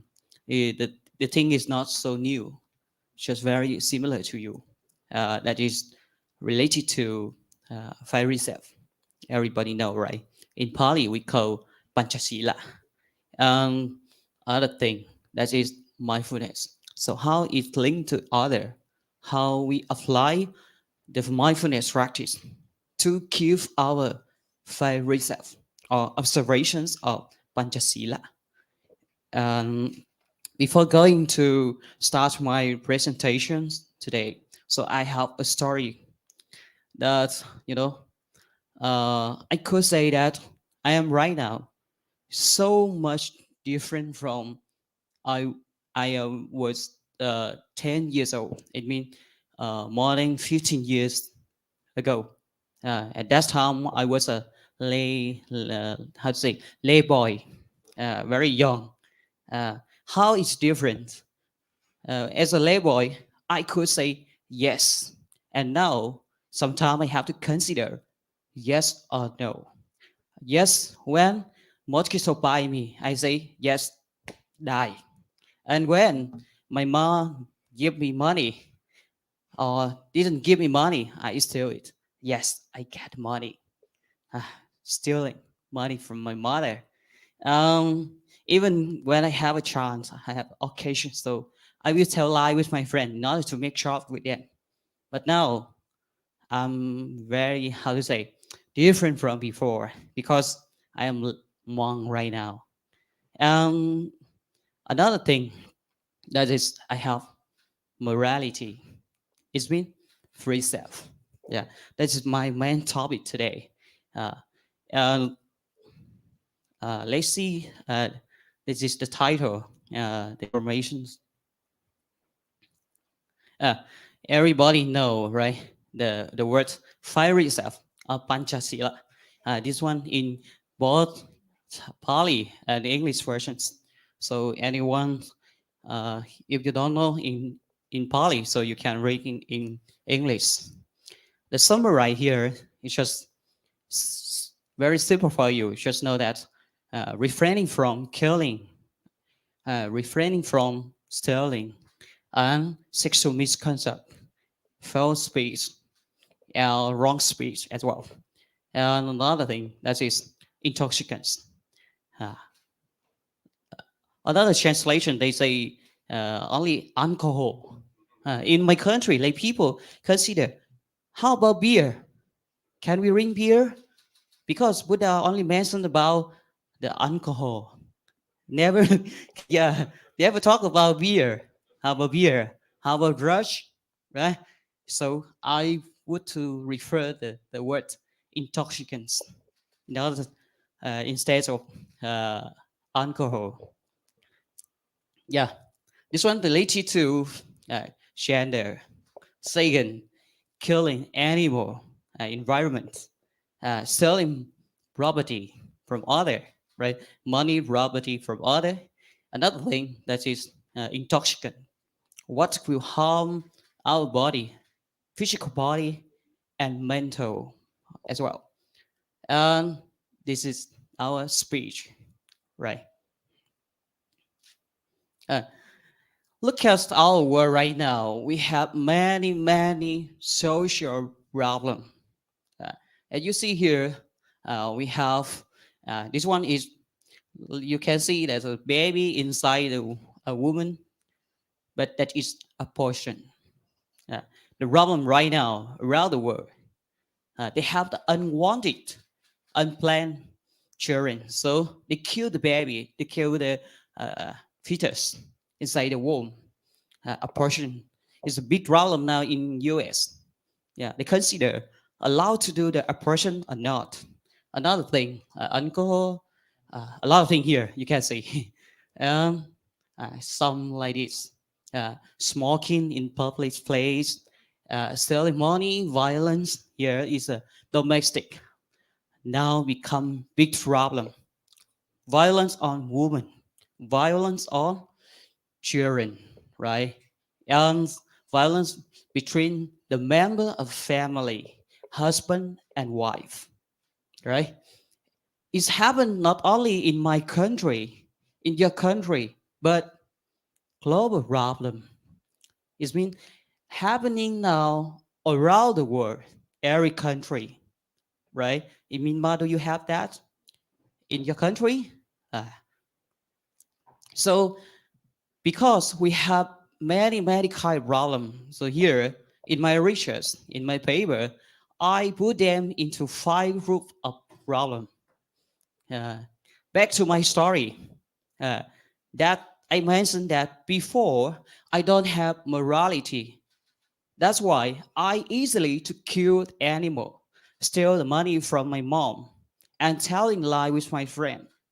So the keyword here that is morality of 5 reserve. So based on the keyword, I divide them the social problem into 5 groups. The first group that is lack of the first reserve observance. That is suicide, abortions, violence, and including the environmental problem. How? Because we cut a tree, we destroy the home of the animals. That's also killing indirectly, indirect killing. Okay, and the second, that is the group of the social problem that come from the lack of second observations of the second reserve. We have robbery, human trafficking right now around the world. Last week, this happened very big news in Cambodia. There's group of 40 women and men escaped from Cambodia to back to Vietnam because they are the victim of human trafficking. Yeah. And the third, that is the reserve, the third reserve, the group of the lack of the third reserve. We can see here sexual harassment, sexual the marriage problem. For example, divorce, right? They just married for short time, then they divorce, separate, and the violence between the husband and wife. So I give them and put them into the third group. And the fourth, there is many problem, but one of very, how to say, typical, that is political problem.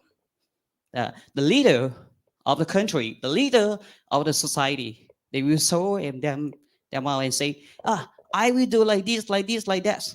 I will make a war with that country because of the leader concept. So, and their speech, the thinking, that's why they make the problem, political problem. So I put them into the 4th reserve observation, a lack of the 4th reserve.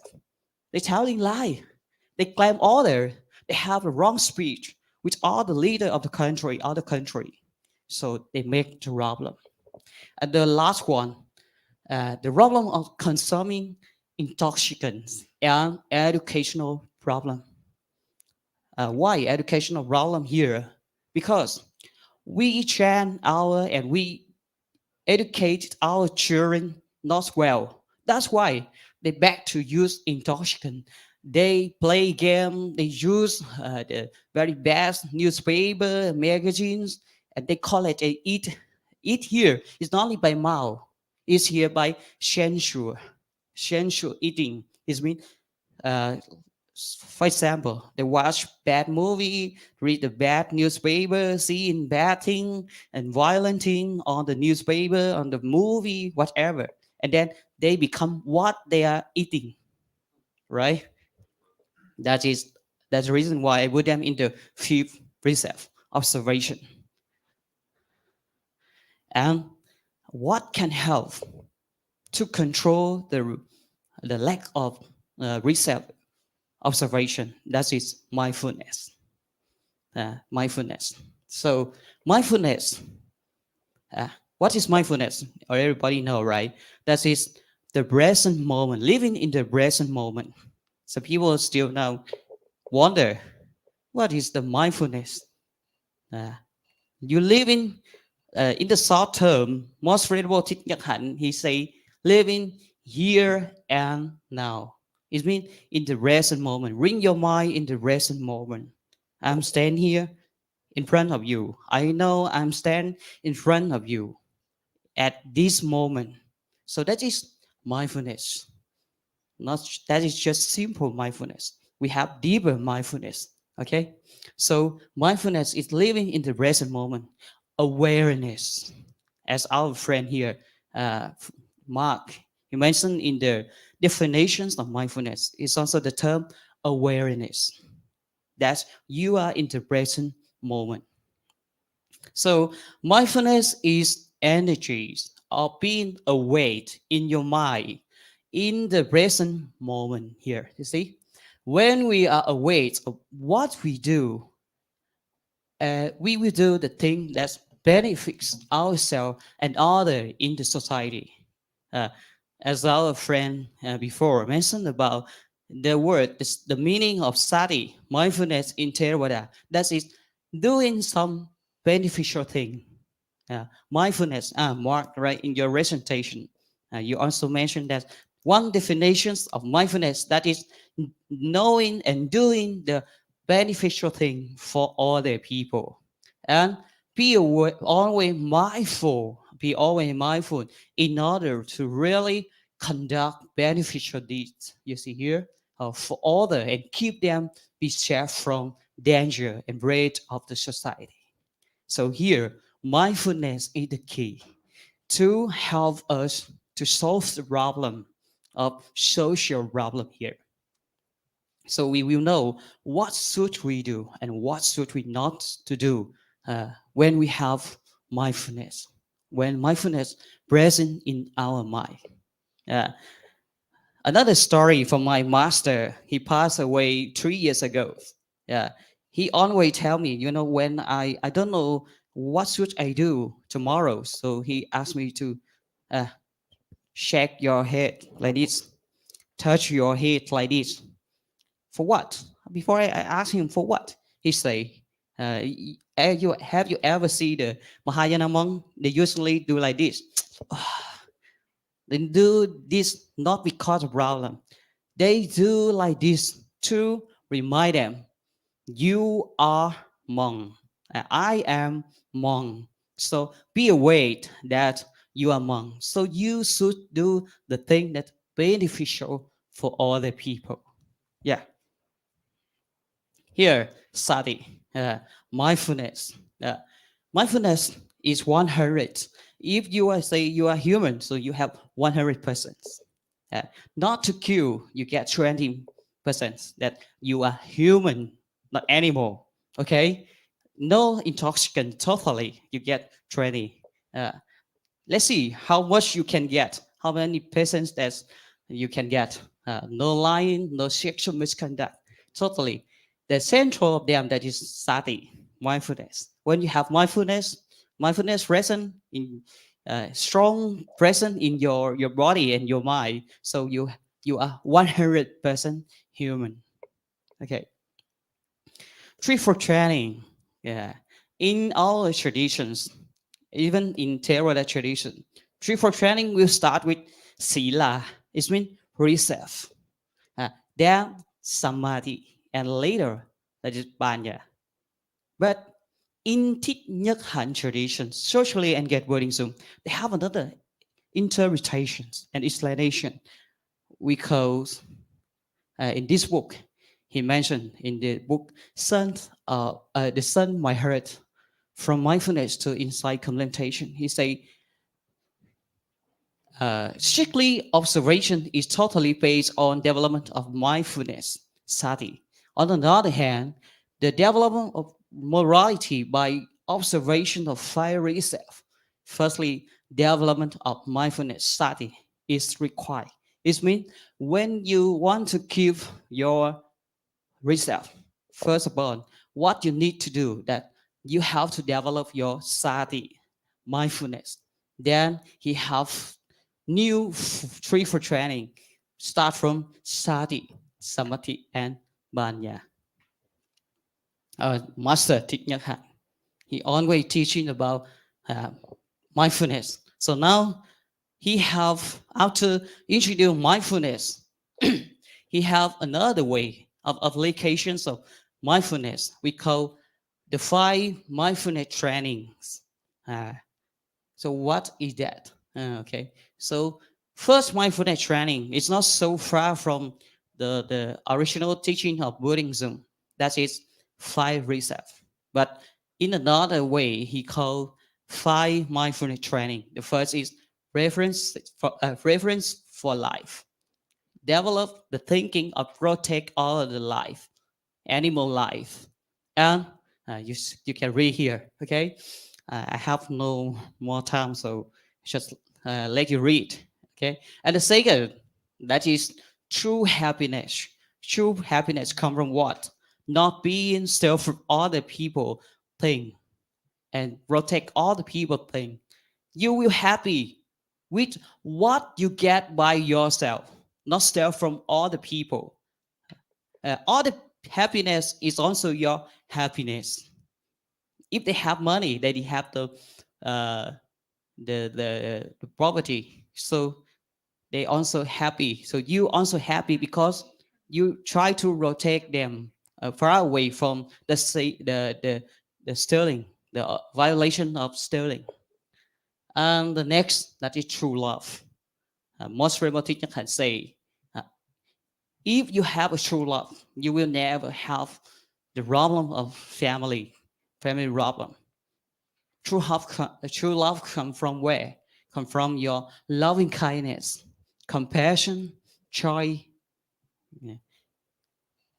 And the next, the fifth one, that is practice of nourishment and healing.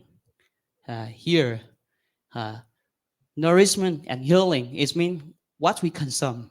We consume here not only alcohol, rush, other products that contain the toxin, not only that, but also electro- electronics game, websites, TV program, film, magazine, book, uh, whatever contain the bad message, the bad content, then sensitive content, like develop the thinking of anger, greedy, and ignorant. So we should not take them as our food. We have four kind of food here, four kind of nutriment here. That is food, senses, pleasures, volitions, and consciousness. So be aware when you put them on in your mind and body. And here, the summary, that is 5 mindfulness training, start from reverence for for life, true happiness, true love, loving speech, and deep listening. And then the last one, nourishment and healing. The approach of mindfulness training, that is going to build a society contain 5 factors. The first is compassionate. Second, that is a sharing society. Everybody practice generosity. And the next, that is strength family society, come from true love. Next, that is truthful society, from deep listening and uh, deep listening and loving speech. And the last one, well-educated society, when the people are away from using consuming the bad thing to their mind, mental, and body and physical body. And so we have the approach that is the 5 reset society, or another way we can call that is 5 mindfulness training society. The conclusion here, this one a lot thing, but summarize here, we have only 3 things to remember. One, that is social problem, violence by body free self. The second, 5 mindfulness training. And the last one, that is 5 reself society, or the 5 mindfulness training society, as I mentioned before. So thank you very much for your listening today. Thank you very much, Venerable Nguyen Antuan, for presenting 5 mindfulness trainings, socially engaged Buddhism approach to solving social problems. So, any questions? Okay, so if there's no question, then we should move on to our next speaker. So, may I please invite Dr. Brian Somers, a lecturer from Dongguk University, to present his presentation on mindfulness and modern mindfulness, considering Buddhist communities and personal salvation from depression.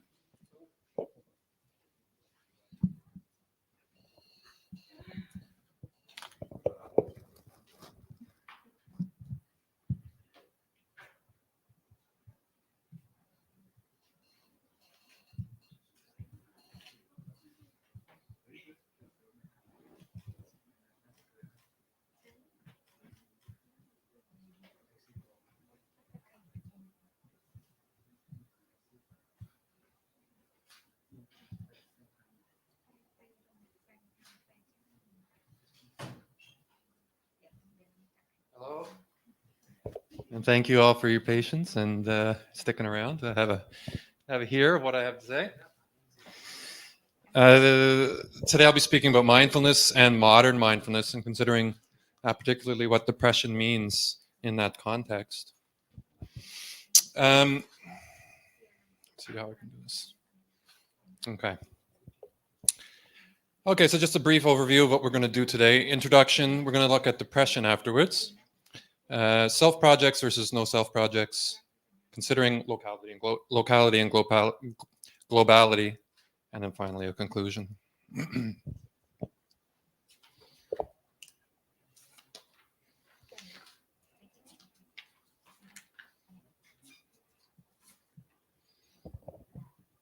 Okay, so just a note before we get started, I'm going to be referring to modern mindfulness and MBIs, or mindfulness-based interventions, interchangeably.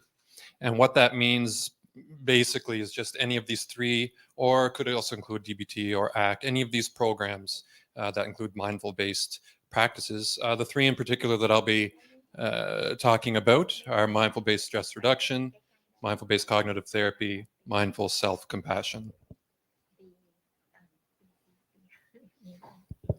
Okay, so the prevalence of depression, I probably don't have to tell you.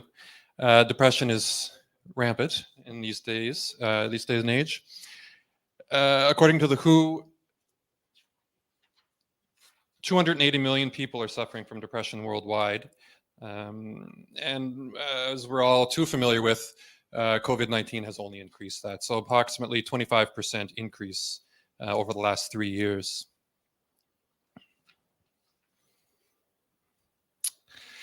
Now, of the three mindful-based programs that I just mentioned, I'll be focusing particularly on MBCT, and the reason for that is because it focuses in on depression. Right? So mindfulness, especially MBCT, has been shown to be an effective means for preventing depression. And as you can see here, the top line is showing just how it has decreased depression. The line just beneath that is the maintenance antidepressant medication. So quite similar in their effectiveness. But what I'm really quite interested in is the distinction between modern mindfulness and mindfulness, or what we might think of as MBIs and sati, or modern mindfulness and traditional mindfulness. So what are MBIs doing, and what is sati all about? Well, first and foremost, MBIs are more about reducing negative symptoms, right?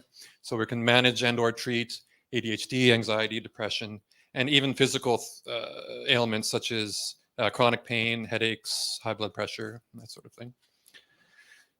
Sati, on the other hand, or traditional mindfulness, on the other hand, is the cultivation, or it's the increase of positive qualities, and it has more of a value or a moral sort of incentive there. We're trying to cultivate things like generosity and moral discipline, patience, compassion, and loving kindness, which now is also a part of modern mindfulness, isn't it? Of course, abstaining from harming others, living well. And perhaps most important for this discussion, it's the aim to save all sentient beings from suffering.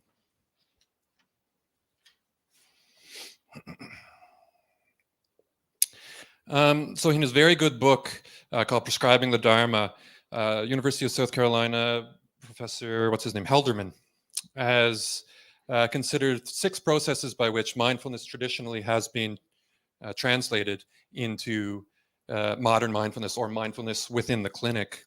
Those are to be therapized, filtered, personalized, translated, adapted, or integrated. And of course, we don't have time to go into each of those, but I add this because it's important to realize there is a distinction between the two. Another important way of classifying this distinction, instead of saying mindfulness and modern mindfulness, is utilitarian mindfulness. So mindfulness as it is used in a very practical way. So next I'll take a look at depression, particularly in the context of individualism and loneliness. Now, perhaps a general statement I think is worth pointing out, that Eastern and Western cultures obviously do have some differences. Being pointed out here by Nisbet, that a tightly knit organic community is more common in an Eastern culture as opposed to a large scale impersonal commercial society in the West. Now, of course, this is a generalization, but I think it is worth noting before we get started that the West tends to be a bit more individualistic and the East tends to be a bit more collectivistic or community minded, right?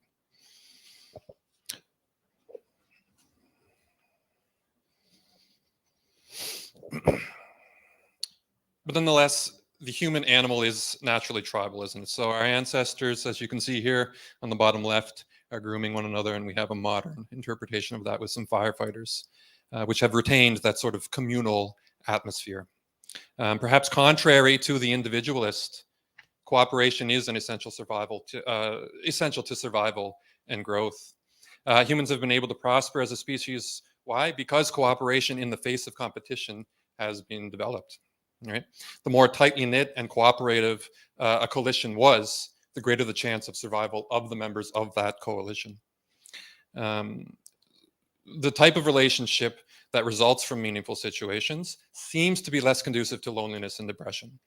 Right? So two examples are shown here. One in particular, I think, which is nice, is the fireman example, or perhaps the example of soldiers. There's a really meaningful communication between those individuals. They tend to have a bond, especially soldiers, amongst themselves that they don't have with typical people that haven't experienced harsh environments. So originally then, to be isolated from the group was to be cut off from a source of survival. So whether by choice or as a result of punishment, isolation will certainly cause some degree of distress. So either it means death in our ancient ancestors, or now it still remains within us, deep in the reptilian brain, perhaps as a form of depression, no longer connected with our tribe.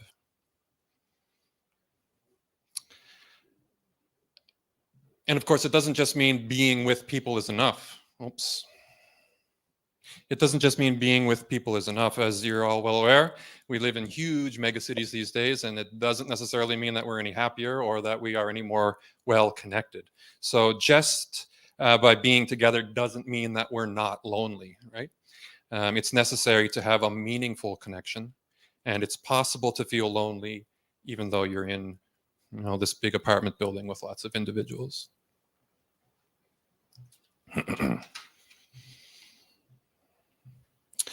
Just as a bit of a side note, meaningful connection, we might consider, during COVID, we've all had to do the online Zoom thing. We're doing it right now. So whether we meet in person or virtually, it seems that the fulfilling connection is based on whether or not that connection is meaningful. However, it has been suggested, in particular by Dr. Sherry Turkle, that the in-person connection is actually more beneficial at conveying that meaning. So whether or not virtual connection is as meaningful as in-person connections is up for debate, but probably in-person would trump virtual, but we might just have to make do given the times. Okay. Why am I talking about all this stuff? Well, I want to distinguish between a self project and a no self project. And what I mean by that is the difference between the practices to benefit the self as opposed to practices which benefit the group. And that group, it should be emphasized, includes the self too. Mindfulness to reduce unwanted psychological symptoms on the side of the self, or mindfulness to cultivate well-being for all sentient beings on the side of the no self practice.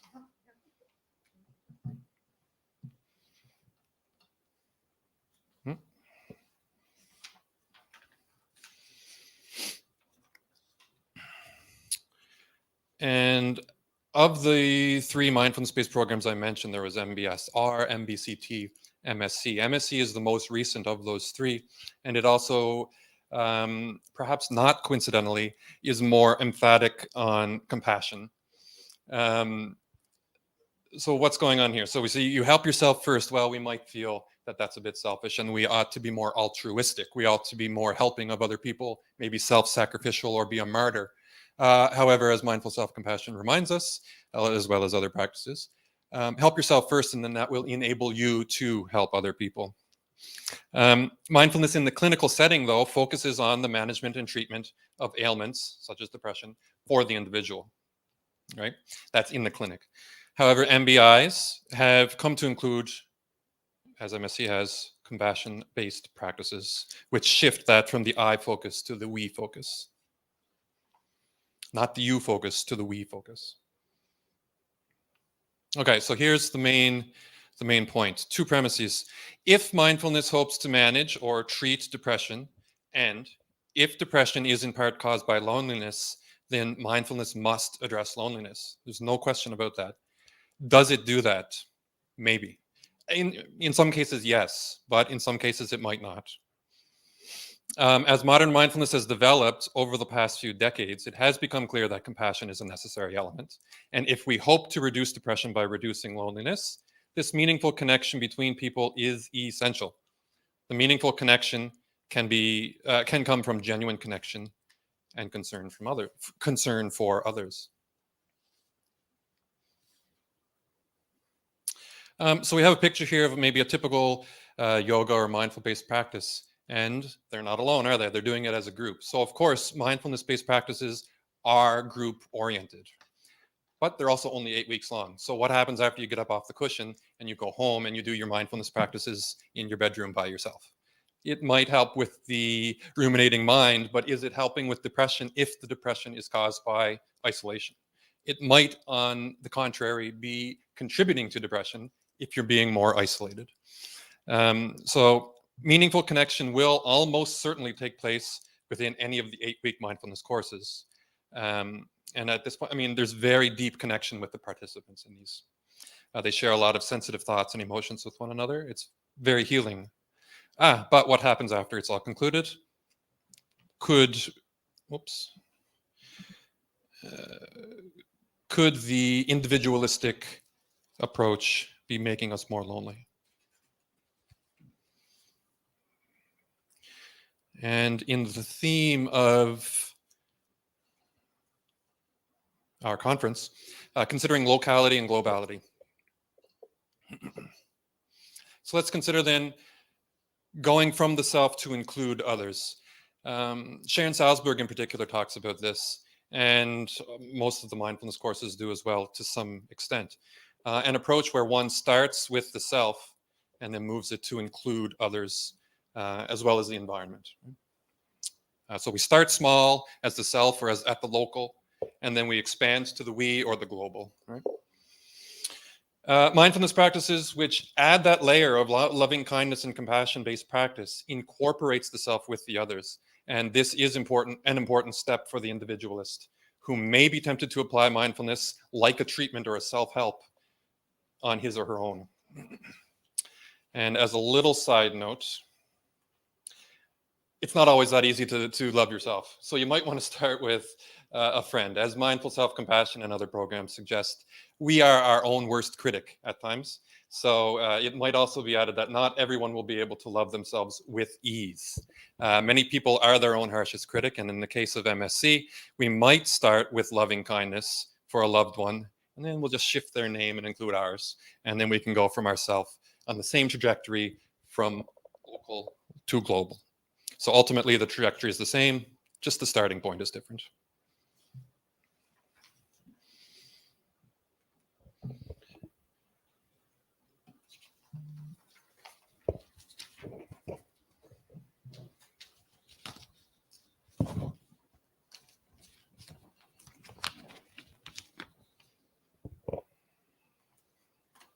Okay, so what am I saying here? What's this all been about? Clearly, freedom and individualism is important. They're important values in the modern world, perhaps more so in the West, but nevertheless, they are important. In this context, I just wanted to point out that there is a limit to how much traditional mindfulness can actually be incorporated into daily life. If we aren't willing to give a little look at our own society, we're going to have a very difficult time to incorporate a new culture's practices, aren't we? So insofar as our individualistic and competitive attitudes isolate us, these attitudes can also contribute to depression. Ideally, we'll balance between our practice of individualism and community, hence the tightrope walker. Generally speaking, practicing modern mindfulness is a chance to connect in a meaningful way with others. However, insofar as mindfulness is applied clinically as a means to alleviate a client's symptoms, there may be cause for concern. When mindfulness is used as a self-project or a means to a particular end for an individual, it's conceivable that this project reifies individualistic tendencies. Inevitable? No. Possible? Yes. And as has been pointed out, individualism in excess is a contributing factor to depression. So therefore, we might consider mindfulness for self-help as a starting point. Should we scrap mindful self-compassion? Should we? Of course not. Should we scrap MBCT or MBSR? Of course not. But we might consider a two-tier system where we begin with the self, and then we can later apply more moral practices or more inclusive practices, inclusive as the practices might already be. Therefore, when we consider mindfulness for self-help as a starting point, we may consider it as a starting point, which can lead to practices of sustained, meaningful connection. I think that word sustained is important. We're getting a taste of it within the 8 weeks. What do we do after the 8 weeks, right? Leads to practices of sustained, meaningful connection, which include compassion. These practices reach beyond the individual to include all sentient beings. However, we can remember that the group also includes the individual itself. So we're not losing our individualism. We're just adding to it, aren't we? And that's about all I have to say. So here's a few references, and yeah, thank you. So thank you very much, Dr. Brian Somas, for presenting on mindfulness and modern mindfulness, considering Buddhist communities and personal salvation from depression. So do we have any questions regarding to his presentations, or anyone wants to ask any questions? Oh, yes. Okay. We have Professor Sunil. Hello, Brian. Thank you for your excellent presentation. I really enjoy it. Thank you. And I like your diagram show from the love from your friend to yourself, and then to the cross person and typical person, and then anyone. It's expanding from the compassion to Maha, or, Yes, metta yes, to yes. Maha Metta and Maha Karuna. Yes. In theory, it looks very nice. Yeah. Have you practiced it? Yes. Any method? Yes. Any Yes. method have you applied? Now, as far as talking about giving compassion to a difficult person, might be a bit idealistic. Certainly, it is helpful. It's not going to hurt. I have a few difficult people in my life, and I try to offer that compassion to them. However, maybe I'm not ready yet, right? So maybe I need to do a little bit more of compassion towards friends and neutral people. But I mean, the intention, I think, is quite important, right? What we intend to do. I was once do Tibetan, visualization meditation. Yes. Tenjen Palmo asked me to imagine heart in my chest. Yes. And I give it to my mother and my friend for the first time. Yes. And then she asked me, give it to anyone you like. Right. So give it to someone I like it. And then she asked me, give it to neutral person. Mhm. And then finally, she asked me, give it to someone you hate. So Right. I gave it to Kim Jong-un. I gave it to someone I hate. Very challenging. And suddenly my hatred toward them just disappeared while I was doing. So maybe you can develop some kind of a way to expand. Yes. Kind of I guess it's called practice for a reason, right? Yeah. Thank you. Thank you. Thank you very much. So upon this time,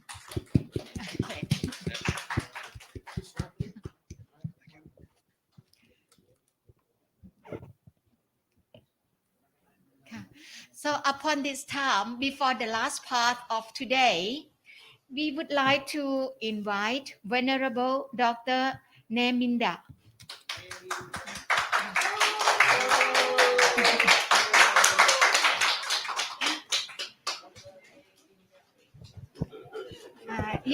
He gonna he's the lecturer at the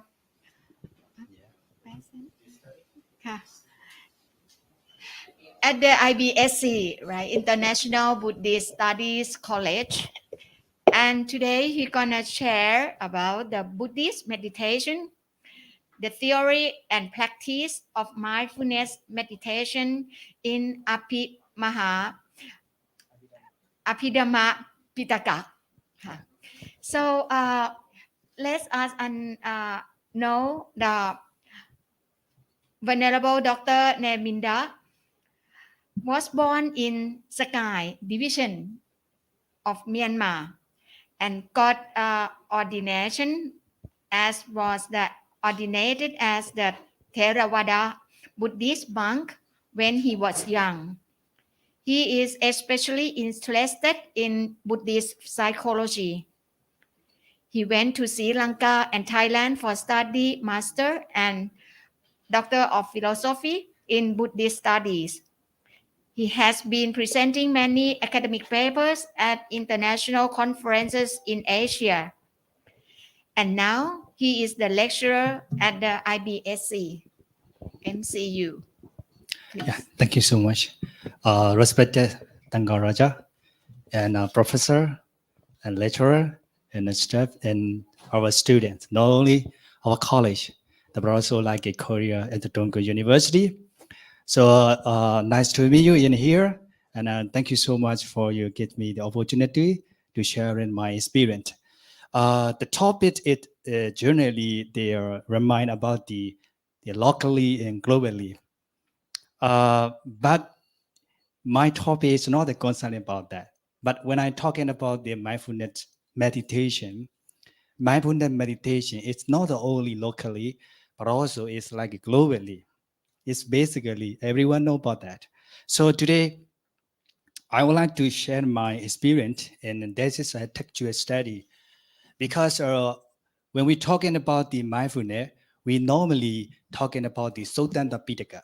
That is like a Dikanikaya, a Majjhima Nikaya, it's like that.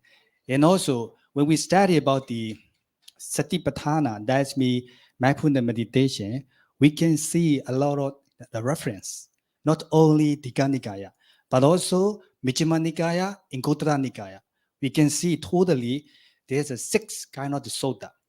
But this is just only of the Sotana Pitaka. But now I mentioned about the Abhidhamma Pitaka. So that a few scholars, they just only critical study about the Abhidhamma Pitaka.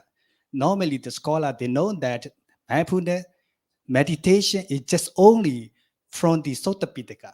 Now I mentioned mindfulness meditation is from Abhidhamma Pitaka. So let us see. And this is my content. Now I will be explaining about the Abhidhamma. And also, this is abstract. So I will be quick a little bit. So the mindfulness meditation dealing with the fundamental, the reasoning, it does mind is the primary, so it's like that. So this is this research paper is aimed to introduce the basic principle of the Buddhist meditation and Buddhist meditation. This pocket of insight development, vipassana, and samatha vibhanga. So this is there's a totally 7 book of the Abhidhamma. But in here, I will mention about that the second book of the Abhidhamma that we call Vibhanga. Because when we study about the 7 book of Dhammasangani, Vibhanga, Kathawatu, Pokalapinya, and also Dhatu-katha, Yamaka, and Patthana. But when you study about the Abhidhamma, we can see just only 3. This is the first one, Dhammasangani, second one, and Vibhanga. And the last one is, this is the commentary of the Dhammasangani we call Silaka. So just only 3. It's very interesting when you study about the Abhidhamma Pitaka. So you can see that Sota. This is we normally study about the Sota Pitaka. But after that, now I'm studying about the Abhidhamma. So when you study about the Abhidhamma, we can see the full your foundation of the mindfulness. Kaya Nupassana, Vedana Nupassana, Seta Nupassana, Dhamma Nupassana. It's normally, everyone know about that. It's very clear because we have normally, and they're talking about the Sota. But today, you have to study about the Abhidhamma. It's a 7 Abhidhamma text that I mentioned. The Missingani, Weeping, Tatukata, Pokalapina, Katawatu, Yamaka, Patana, the 7 texts. And if you study about the 7 texts, we just only knowing about the Satipatthana Vibhanga. So when we study about the Abhidhamma, we can see the 3 texts. But now I will be mentioned just only Satipatthana Vibhanga. So if you study Satipatthana Vibhanga, we have a 3 division. That is Sotanta division. The second one, Abhidhamma division. The last one, question and answer. That's me in Pali, Panya Puchaka. In Pali, we call Panya Puchaka. So that is in Pali, Sotanta Bhajaniya is the second, Abhidhamma Bhajaniya, and the last one, Panya Bhajaniya, Panya Puchaka. So that's a 3. And then when we study about these 3 kinds of the division, you can look at that. It's a touch about the Ganupassana as a full foundation the same way. But what is the difference? And when we study about the Sota division, according to the Abhidhamma Pitaka, we will see just only 2 things, not 4. So, but when you study about the Sota Pitaka, normally we see Ganupassana with Anupassana. This is a full foundation. But when you study about it, just only the 2 things, Ganupassana, Dhammanupassana. So number 1 and 4. It's very interesting. And after that, the Sota Pitaka, when they mention about that, about the Abhidhamma Bhajaniya, when we studied that, but it's Sota Pitaka, they mention Satipatthana and Mahasatipatthana Sota. That's a 2 Sota. They mention mandate and supramandate. That's me, Loki, Loco. So today, there's a lot of speakers. They mentioned that Loki, Loco, that means to maintain Sila Samadhi Penya. And also, we can say like the free sets and modality, everything. So these are like concerning about the mandate and supramandate, including the compassion, loving kindness, everything that.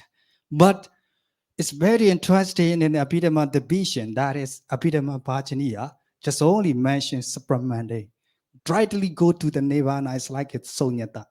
Not concerned with the Lokiya, that's mean no mandate. They mention about the criticality to understand like a 3 characteristics, nature, dukkha, anatta.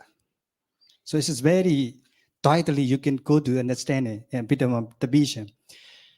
And after that, the last question, the last division is me, Pinya Puchaka, the question and answer. If you study about this section, you will see the hosa in that's me indeterminate. That's me kusala, akusala, abjakata. That's a 3 kinds of the characteristic when you study about the Sota Pitaka. But the Abhidhamma is just only 2 things. That's me tika dukkha. In Pali we call, but in the English like a trick and like a text. That's like a tuka dukkha. So this is different practice and different methods when we study about the B-trans Sota Pitaka and Abhidhamma Pitaka. So this is Vibhanga. So Vibhanga is there's a totally 18 parts. When you study about the Vibhanga, there's a totally 18.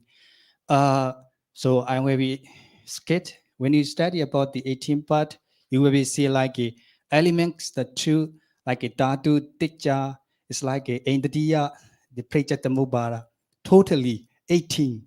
But Satipatthana Vibhanga is just only the 7. It's alone only the 7 chapters of the Vibhanga. The chapter that consists of the 3 divisions. Now I explain about the Sota division, that's me, Sotanta Bhajaniya, Abhidhamma Bhajaniya, Panya Puchaka. This is Sota division, Abhidhamma division, the question and answer. But what is the different? The different is Sota division has possession, Kaya Vedana Citta Dhamma, but And the last question, that means question and answer. This question answer expression Pinya Puchaka have two sessions, Tika, Duga. And also the Chota division is pretty much close to the Sota Satipatthana explained in the different place of the Sota. So the last one, the last two, Abhidhamma Bhajaniya, that in Pinya Puchaka are very unique to the Vibhanga. This explaining about the different type of this three division, the between, Sota Pitaka and Abhidhamma Pitaka. So in after we can see the three methods in Abhidhamma. The first thing that when you study about the Satipatthana Sota and Mahasatipatthana Sota, you will see Ita Bhikkhave Kayika Nupasi Vihasati is like that. So and we benga it just rightly to show Ida Bhikkhave Kayika Nupati Vihasati.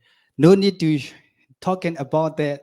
It's like a Eome Sutta. But when you study Satipatthana in Sota Pitaka, you can be look at that. Eome Sutta, Ekandamaya, and Kudu is like that. The Buddha's explaining everything, beginnings to slowly it's detail. But in the Vipenga is not like that. Just rightly go to understanding. Ida Bhikkhave Kayika Nupasi Vihasati. This is the first different one. And the second one that the Sotanta usually they provide information, the first passage, and also where this Kosa is expounded by the Buddha, who's to concern about this Sota, but never mentioned in Vibhanga. This is the second one. It's like you see in Sotanta Pitaka in Mahasatipatthana Sota, they explain it like a kudu, like the country of the kudu, but in Vibhanga, there is no explaining about that. Directly to understand and to contemplate Gadubasana, Chaitanubasana, Dhammanubasana is like. So, however, the Vibhanga does not provide no mention of this point in the discourse itself, and also not following the usual format of the recitation in the first council. It is mostly regarded in authority of the Bidama. So it is a different trees of between Sota Pitaka and Bidama Pitaka. And after that, when we study about the Nubasana Siddhiparana in Sota Pitaka, you already know about that. The Buddha already taught 40 types to contemplation about the Nubasana. But in Vibhanga, when you study about the Nubasana Vibhanga, the Buddha just only one thing that is it's number 4. It's number 4. It's like a repudiate of the body. When you study about the Vibhanga, this is just only contemplating your body. That is 32 parts of your body. Only one is mentioned. The reflection on the repudiate is 32 parts of your body. But it's another thing is very interesting. In it's just a Abhidhamma. Although their brain is not mentioned in Vibhanga, but some medical science and then some scholar, they mentioned that the brain is one of the material of like a 32 part. So this is a different thing. And also, when you study about the Sota Pitaka and Satipatthana, maybe internal is done and the internal is done. Now you mentioned it's like your PowerPoint is like this. So like a Bahita and like a Ichata, Bahita Ichata. So this is very concerning in like a Vibhanga. But in Sota Pitaka is when they explain about the Buddha, it's not like that. You study about the Vibhanga is totally, it's directly to explain about the internal, external, and internal, external. No need to mention like a Kaya is like that. So, and also Dhammanupassana, this is a second difference. Second thing is the difference between Sota Pitaka and Abhidhamma Pitaka. So when you study about the Abhidhamma, Dhammanupassana is Sota Pitaka is there's a fighting. The fighting. And similarly, it's like the mind object. That's me. Seta Nupadana and Vedana Nupadana is the same. But Dhammanupassana is not the same. But Dhammanupassana is Sota Pitaka just only the 5 kinds of the contemplation. Dhammanupassana. But in Satipatthana, Vibhanga, when you study, just only 2, Nivadana and Sambhojana. Just only 2 things. But Sota Pitaka is a totally 5. It's like a, you see, Nirvana is like a Panchuparana Khana and also Ayatana, Sambhojanga, and the last one, Satu Arya Chicha. But in Vibhanga, just only 2 things, Nirvana and Sambhojanga. It's a 2 thing that. And also, I will go to first. So this is the contemplation of the body according to the Vibhanga. I'm explaining about the detail in my slide. And also you can see that because we need a time. And this is all the final state of the mindfulness body of Vibhanga. This is the contemplation. This is the way to contemplation in the Vibhanga. I'm explaining. And this is also very interesting. When you have it done, you need to read it in a study about this Sota. And also, this is the Dhammanupassana. So in Dhammanupassana, is Sota Pitaka is 5, but Vibhanga is 2. So this is also an explaining about that. It's detail how to contemplate and what is the difference. Why the Buddha just only to mention the Vibhanga, why the Buddha mentioned in the 5 in Dhammanupassana in the Sota Pitaka. And also, this is very interesting, one of the topics. This is a Sankharupakha. We didn't see it in Sota Pitaka, but when you study about the Abhidhamma, you can mistake it as a Sankharu Nupassana. Sankharu Nupassana is the kasana will like a mental aggregate, and you can see that it belongs to the entire mental and all the belong to Sankhara Khana. There's a lot of argument in between Abhidhamma scholar and the Sota scholar, but mostly we agree that when we study about the Sankharupakha Nupassana, it belongs to like an old mental. It's like it. And also, somehow we know the need. You can study about this case. And it's a Pali also. You can see that. This is the second is Abhidhamma Bhajaniya Satipatthana. So Abhidhamma Bhajaniya, they also mention like the 4 foundation of the mindfulness, but in Sota Pitaka, they can explain about the mandate and the supramandate, but in Vibhanga, just only the mandate. They are explaining about that. And also, the next one is Mega Satipatthana. That's me like a Sotapanna, Sakadagana, Anagan, Arhata. This is also the represent to the Satipatthana. We can say like a Sotapatti Nupassana. So not only Nupassana is like this. So it is very, the interesting about this another case that you can see Sotapatti Mega in Satipatthana. It's very sharp to, very sharp to practice in the contemplation Vibhanga. So this is the last part of the Penya Bojjhaka. Penya Bojjhaka, they mention Kusala, Akusala, Abhyagata, but they are not mentioned like it just only to the Dukkha, Tikka is like this. And it's a conclusion. So when you study about the Satipatthana in the 4 foundation of mindfulness in Sota Pitaka, it's normally you will be known formally, but when you study about the Abhidhamma, it's a different methods and different theory. You will know about that. And also you can comparative study. And also if you study about the Satipatthana in Sota Pitaka, maybe it's very boring sometimes because the Buddha mentioned detail. But Abhidhamma is not like that. Just only shortcuts to understanding about the method and theory. So thank you so much for your listening. So thank you so much. Thank you very much, Venerable Neminda, for presenting such a wonderful presentation. So I will open up the stage for the Q&A session as he is our very last speaker for today's conference. So do we have any questions from the audience side? Yeah. Any question? Yeah. Okay. If there's no question, then without further ado, as we are in the brink of the time, right? So I would like to invite Professor Dr. Frank Hoffman to be the one who concludes from all the speakers from this morning session till the end of our session today. So please, sir. Thank you very much for this fine opportunity to speak again.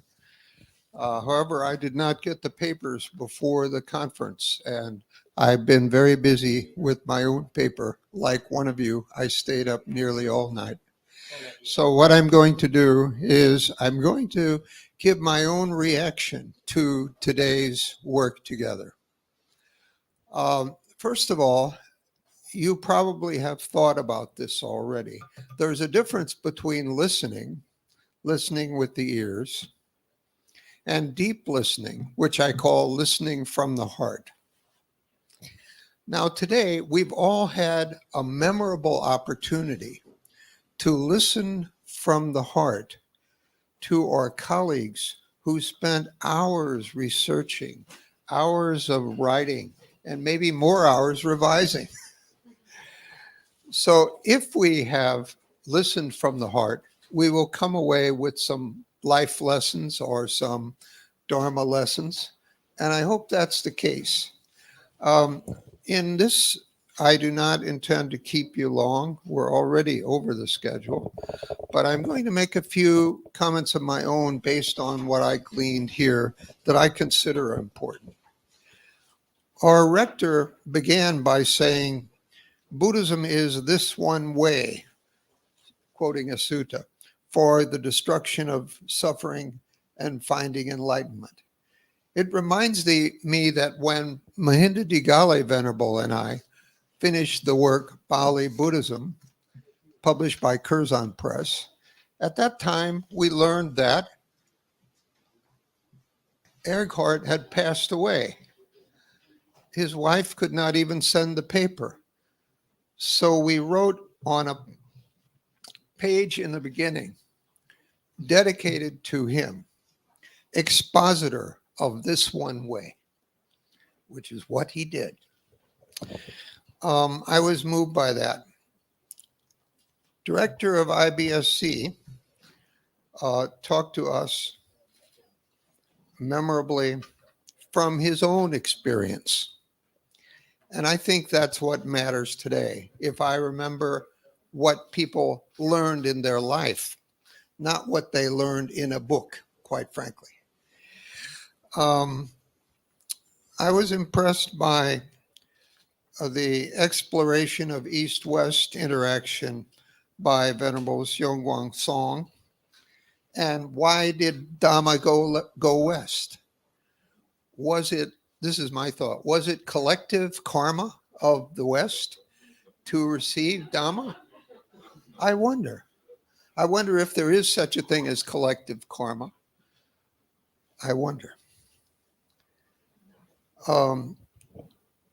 Venerable Chondok Park did an important topic, explored in a descriptive way.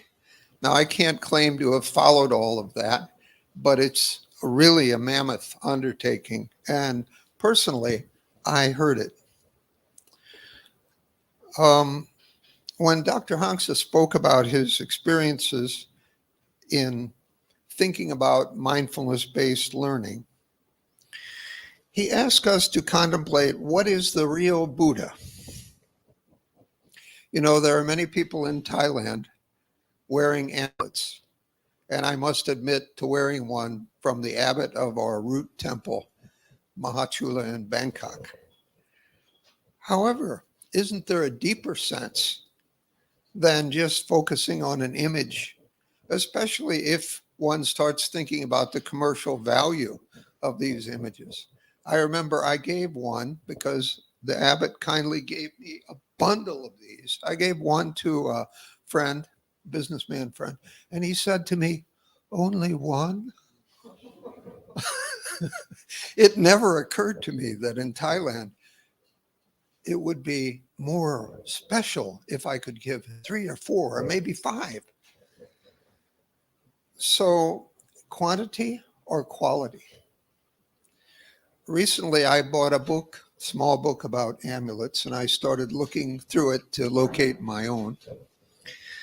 But after all, isn't it a question of whether you can find the Buddha within? As I heard in a recent lecture by the Venerable for our Monday morning meditation, although some of you may think of this as a Mahayana practice, I heard from our Theravada director, who I much admire, that you can find and develop a Buddha within you. I'll skip over my own talk. You know that I have an argument to drive that not all of you would accept. But what I have learned today is the need to parse out different meanings of the idea of understanding, seeing things as they really are. I will give it some more thought based on what I heard today. Predictably excellent, we heard Dr. Sunil Huang talk about Buddhist studies in the time of conflict. And I was led by this reflection that human deeds do not disappear. Of course, we all know that, but how often do we really listen from the heart and think about the consequences of that? We heard about in-group, out-group interaction and how love and hate are generated from that. But we heard most memorably, I think, from Dr. Wang about how true Buddhists would cultivate not only karuna, but mahakaruna. There was a technically well-crafted and I think very well done, smart paper that touched me by Dr. Chahun Kwon. And thinking about meditation as a self-care strategy for burned out nurses, something I'm not in the health professions. I have no immediate relatives who do that, so I hadn't really thought about it. The caring professions, these people suffer a lot during COVID. We owe them our attention. Dr. Mark Houlihan, it seems like a long time ago he was a student of mine because he's come a very long way and I'm proud. He made a very intelligent exploration in an analytical way of inner and outer of the four domains of mindfulness in Satipatthana. I think Venerable Wen Antoine, speaking about five mindfulness trainings in socially engaged Buddhism, made it again very memorable. I was with three different Thich Nhat Hanh group, Willow Sangha in my hometown, Westchester, Pennsylvania, the Sangha in Lantai Island in Hong Kong, and the one in Thailand. Every time I had memorable experiences and takeaway points. So I think for him, it was easy to listen from my heart, from him. There are so many I can't even begin to touch upon all of them well. And I only exonerate myself by saying if I had the papers before, I would have really dug into them and said some crosstalk that you might have found memorable. Instead of that, I just have to wish you a good evening and hope that your friends, your loved ones will appreciate your return. That's all. Good night. Thank you. So thank you very much, Professor Dr. Frank Hoffman, for collecting all the crucial points as presented by our speakers from both morning and afternoon session. And now, without further ado, I would like to thank all the speakers and all the audience who are here to participate in today's joint international conference. As a token of our appreciation to all the speakers and for the valuable contribution, may I call upon Professor Dr. Praku Palat Panjawarawat, Director of International Buddhist Studies College, to kindly present certificates as to guest speakers and closing remark. After that, taking a group photo together. So first of all, may I call upon Venerable Shongdok to be the first person to receive the certificate from the Venerable Director. Okay, as a Dhamma gift from the IBSC as well. Next, may I call upon Professor Dr. Sunil Wang from Dongguk University. Okay, the certificate and the gift, Dhamma gift. And also Professor Dr. Frank Hoffman from IBSC.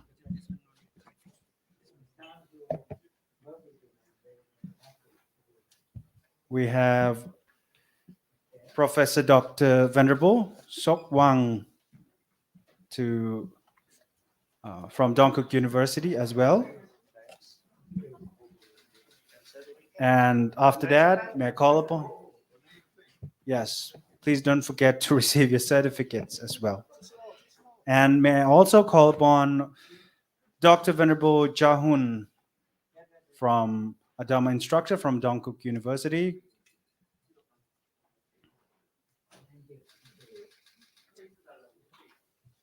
Okay, and after that, may I call upon Dr. Mark Houlihan to receive his certificate as well.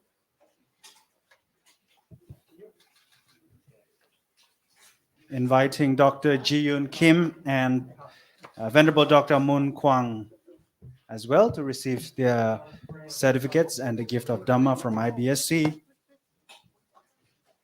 Yes. You can receive it from the Venerable Director.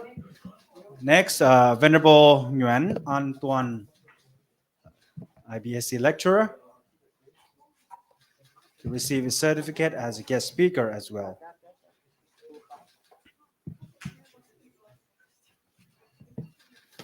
And we have Dr. Brian Sommers, lecturer from Dongguk University.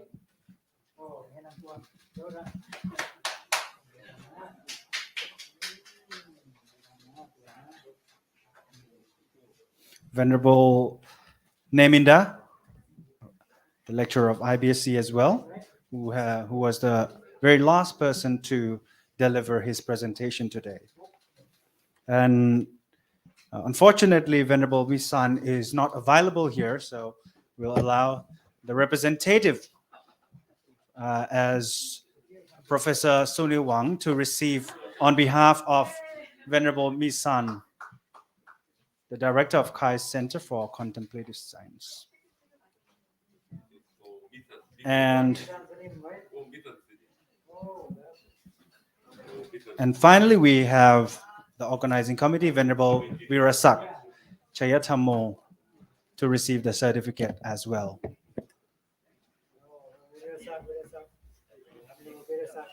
So thank you once again. On behalf of the organizing committee, I would like to thank all the speakers who presented such an insightful knowledge to everyone.